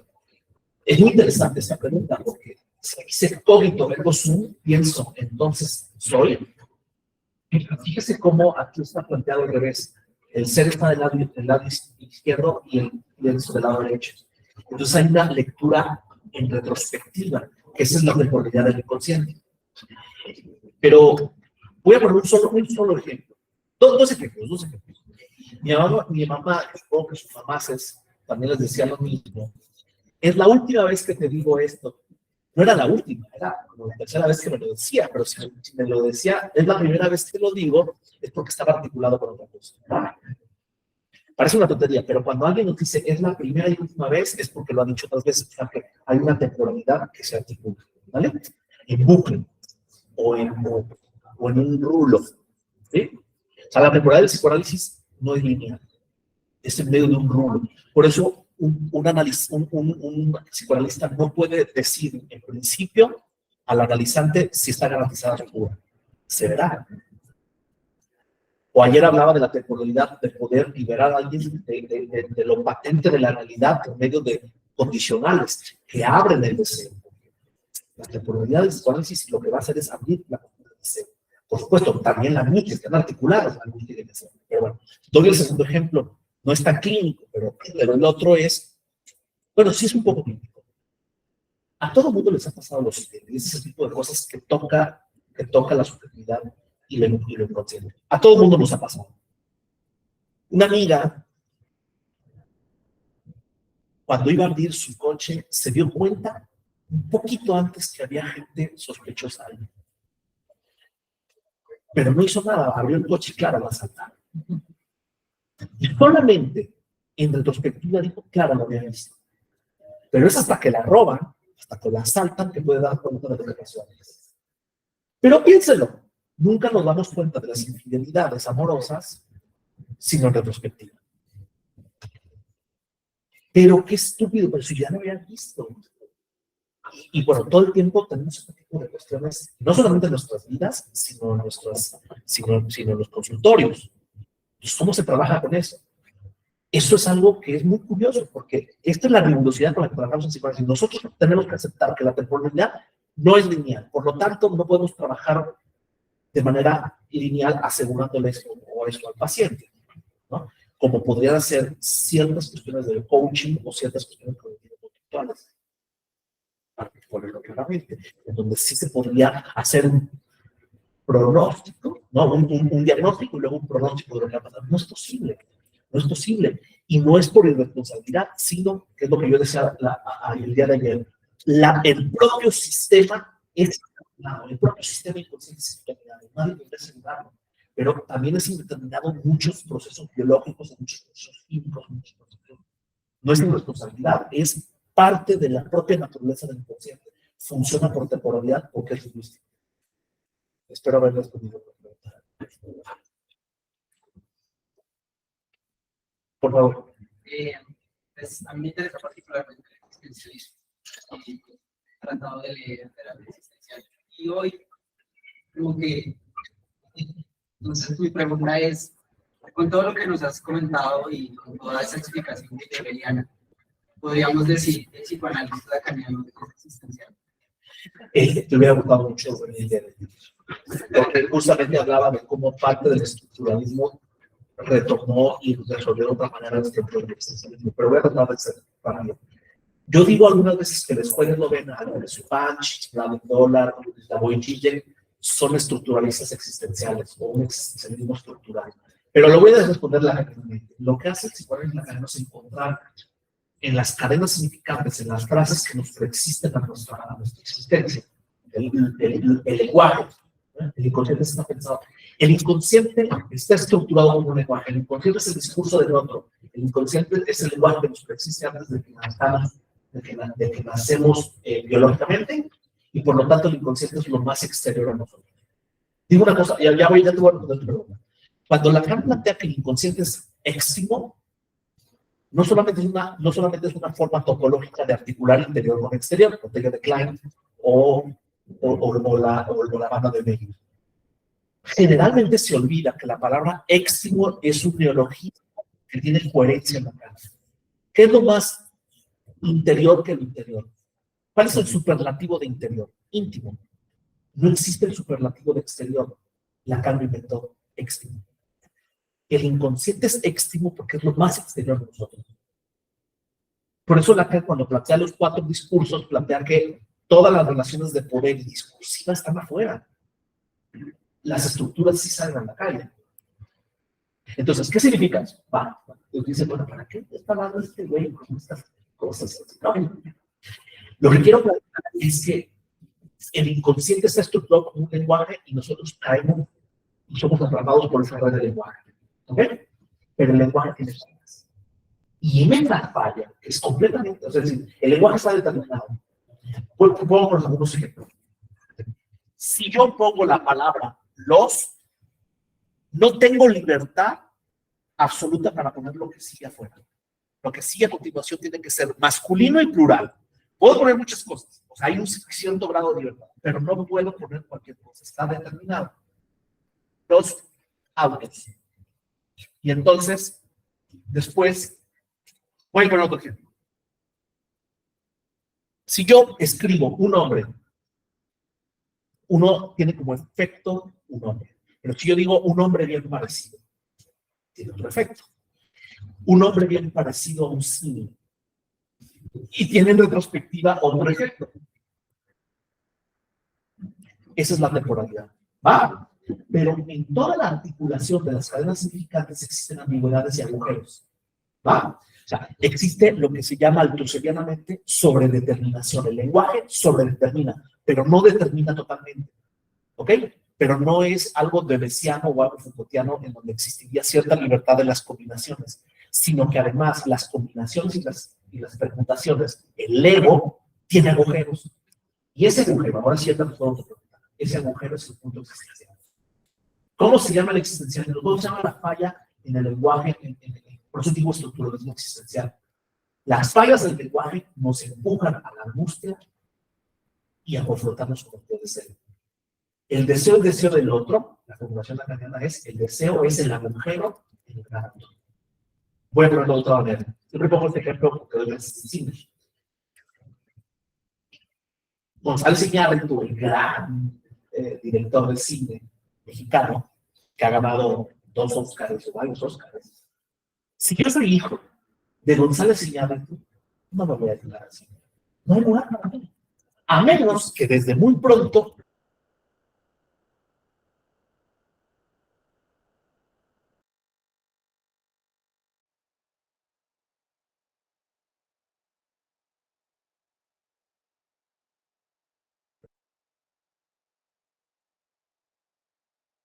dicho de eso es una buena definición de los negocios. Tapar el vacío del otro. Bueno, te acabo de responder.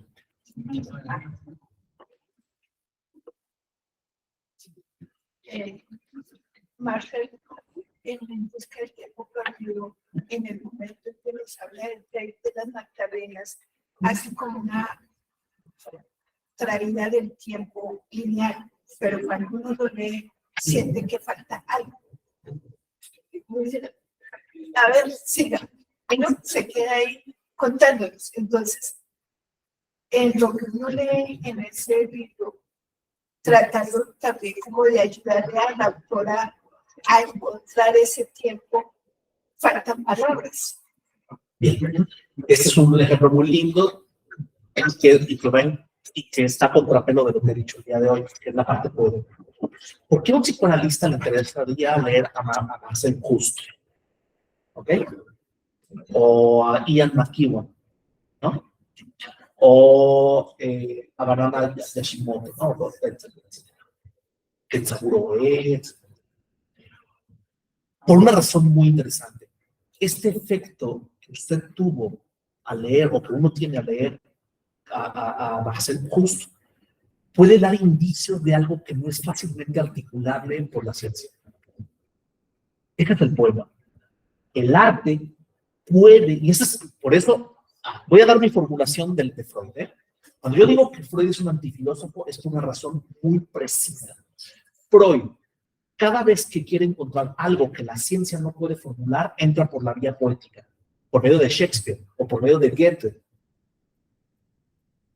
Pero luego lo tiene que formalizar matemáticamente. No, lo tiene que formalizar por medio de la ciencia. Lo tiene que poner en pero Freud lo que hace es recoger aquello que la ciencia médica específicamente no puede explicar. Y por eso se va a estos lugares más extraños. Pongo un ejemplo más moderno, que a mí me encanta. No sé si ustedes vieron el spin-off de Breaking Bad, que es Better Call Saul. Si ustedes ven Better Call Saul, que es un abogado, que es Jimmy McGill, que la idea es cómo se va transformando en Saul Goodman, It's All Goodman, que es una cosa política muy interesante, soy todo bueno, que es una forma de borrar, que es un abogado de esos tramposos. Bueno, tiene una relación con una colega que es preciosa y uno dice, esta relación va a terminar, y cuando uno piensa que va a terminar, es cuando más se une. ¿Cómo se explica eso? Y ese es el tipo de preguntas que se hace Freud. ¿Por qué si lo lógico sería esto y la ciencia no lo puede explicar? O sea, ¿por qué alguien querría el mal para sí mismo? No lo puede explicar el existencialismo, ni el cognitivo conductual o lo que ustedes quieran.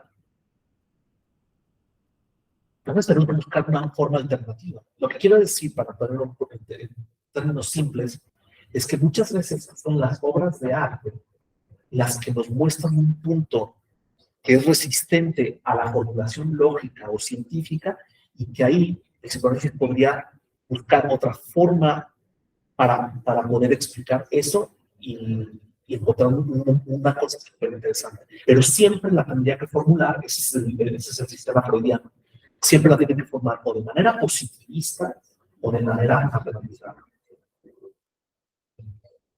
Pero se queda con de palabras, no sé, o sea, siempre es lo que falta. Que siempre han de faltar palabras. Sí y no. Mañana voy a hablar un poco más de esto. La topología de la botella de Klein o ciertos efectos que tiene la teoría de conjuntos son antiintuitivos. Uno siente que no hay palabras para explicar eso. Si ustedes ven, me encantan las series. Si ustedes ven en Rick y Morty, se utiliza un montón de ciencia para poder encontrar cosas súper marihuanas, ¿no? Cosas que no se explican con las palabras, pero que son efectos paradójicos que también tiene la ciencia.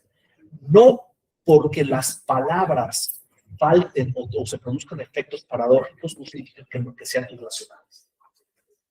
Eso también podríamos tener en común entre poema y matemática.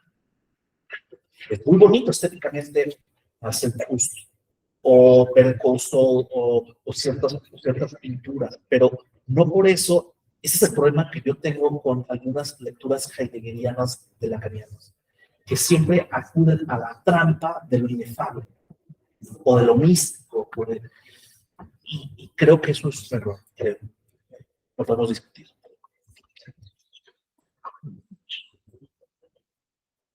Echamos una última pregunta, por favor. Es que cuando estabas iniciando la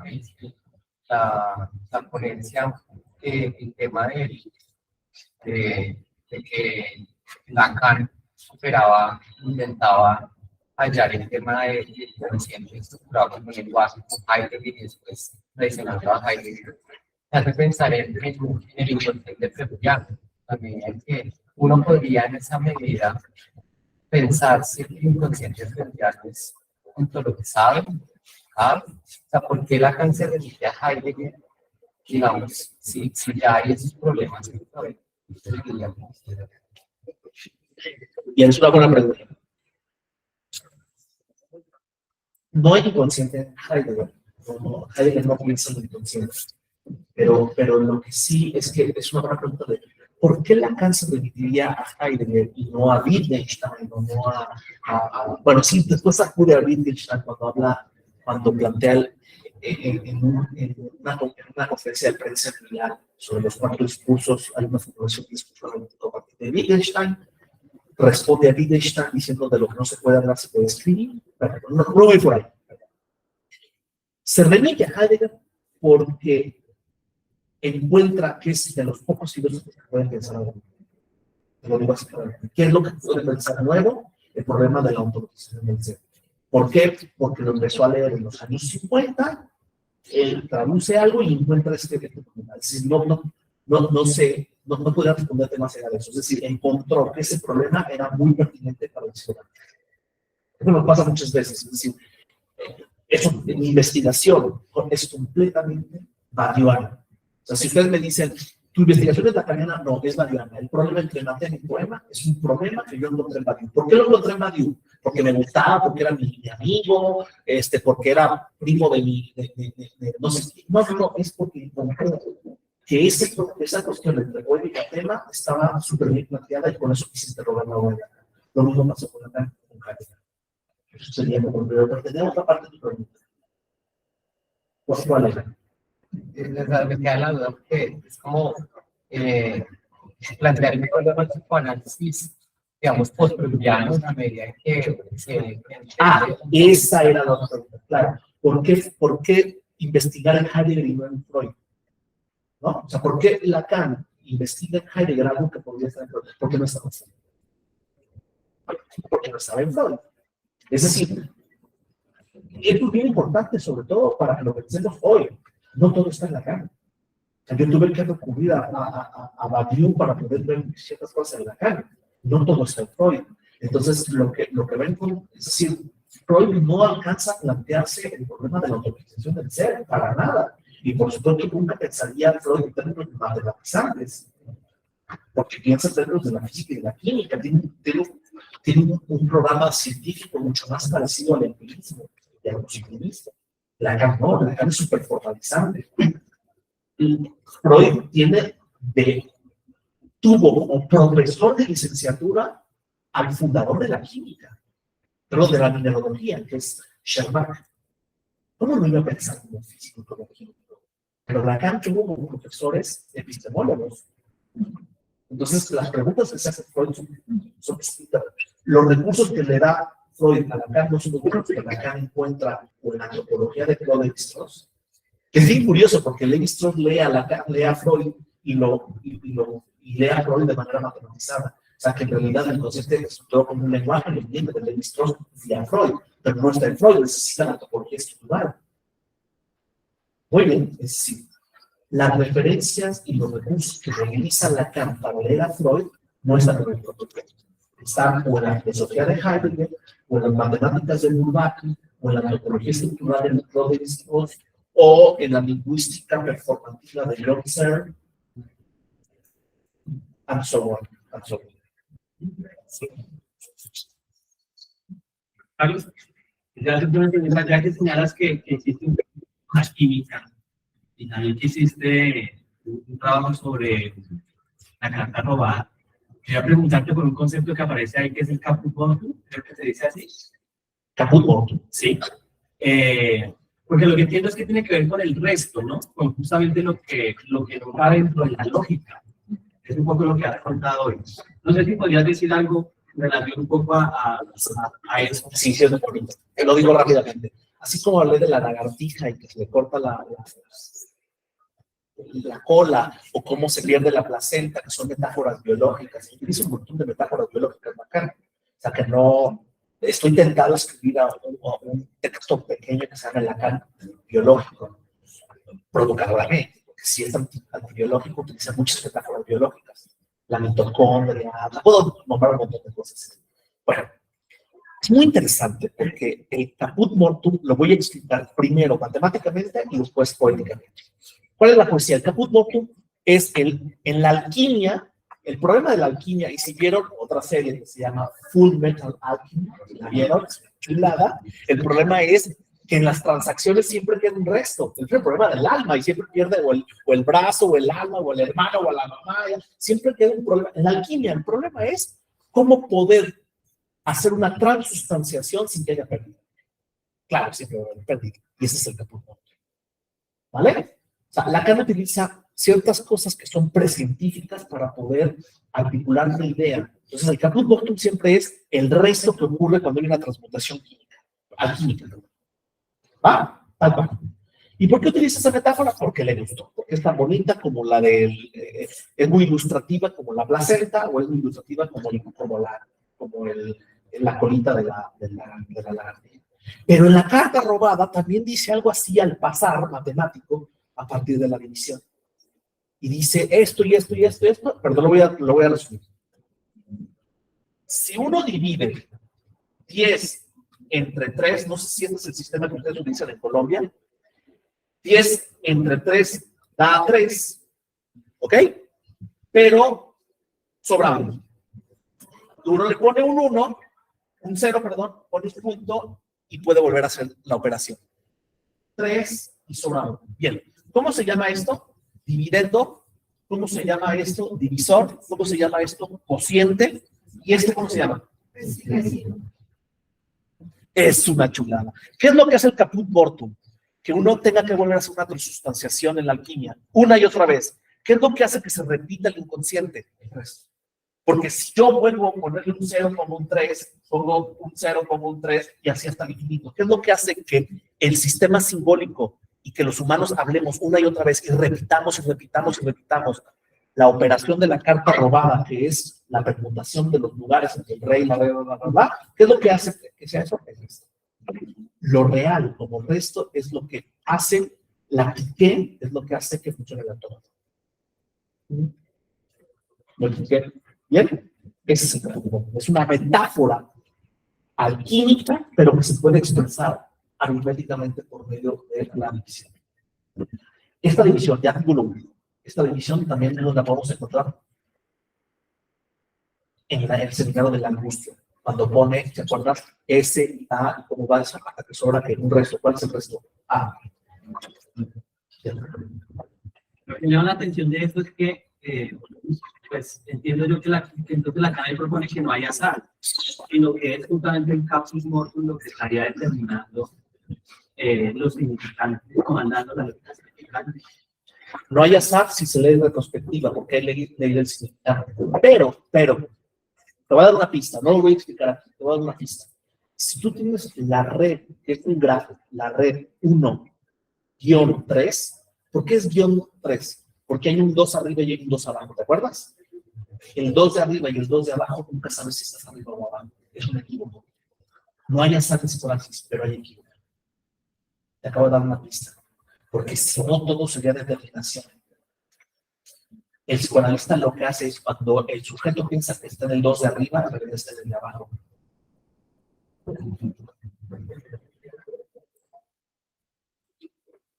Por millares. Ah, bueno.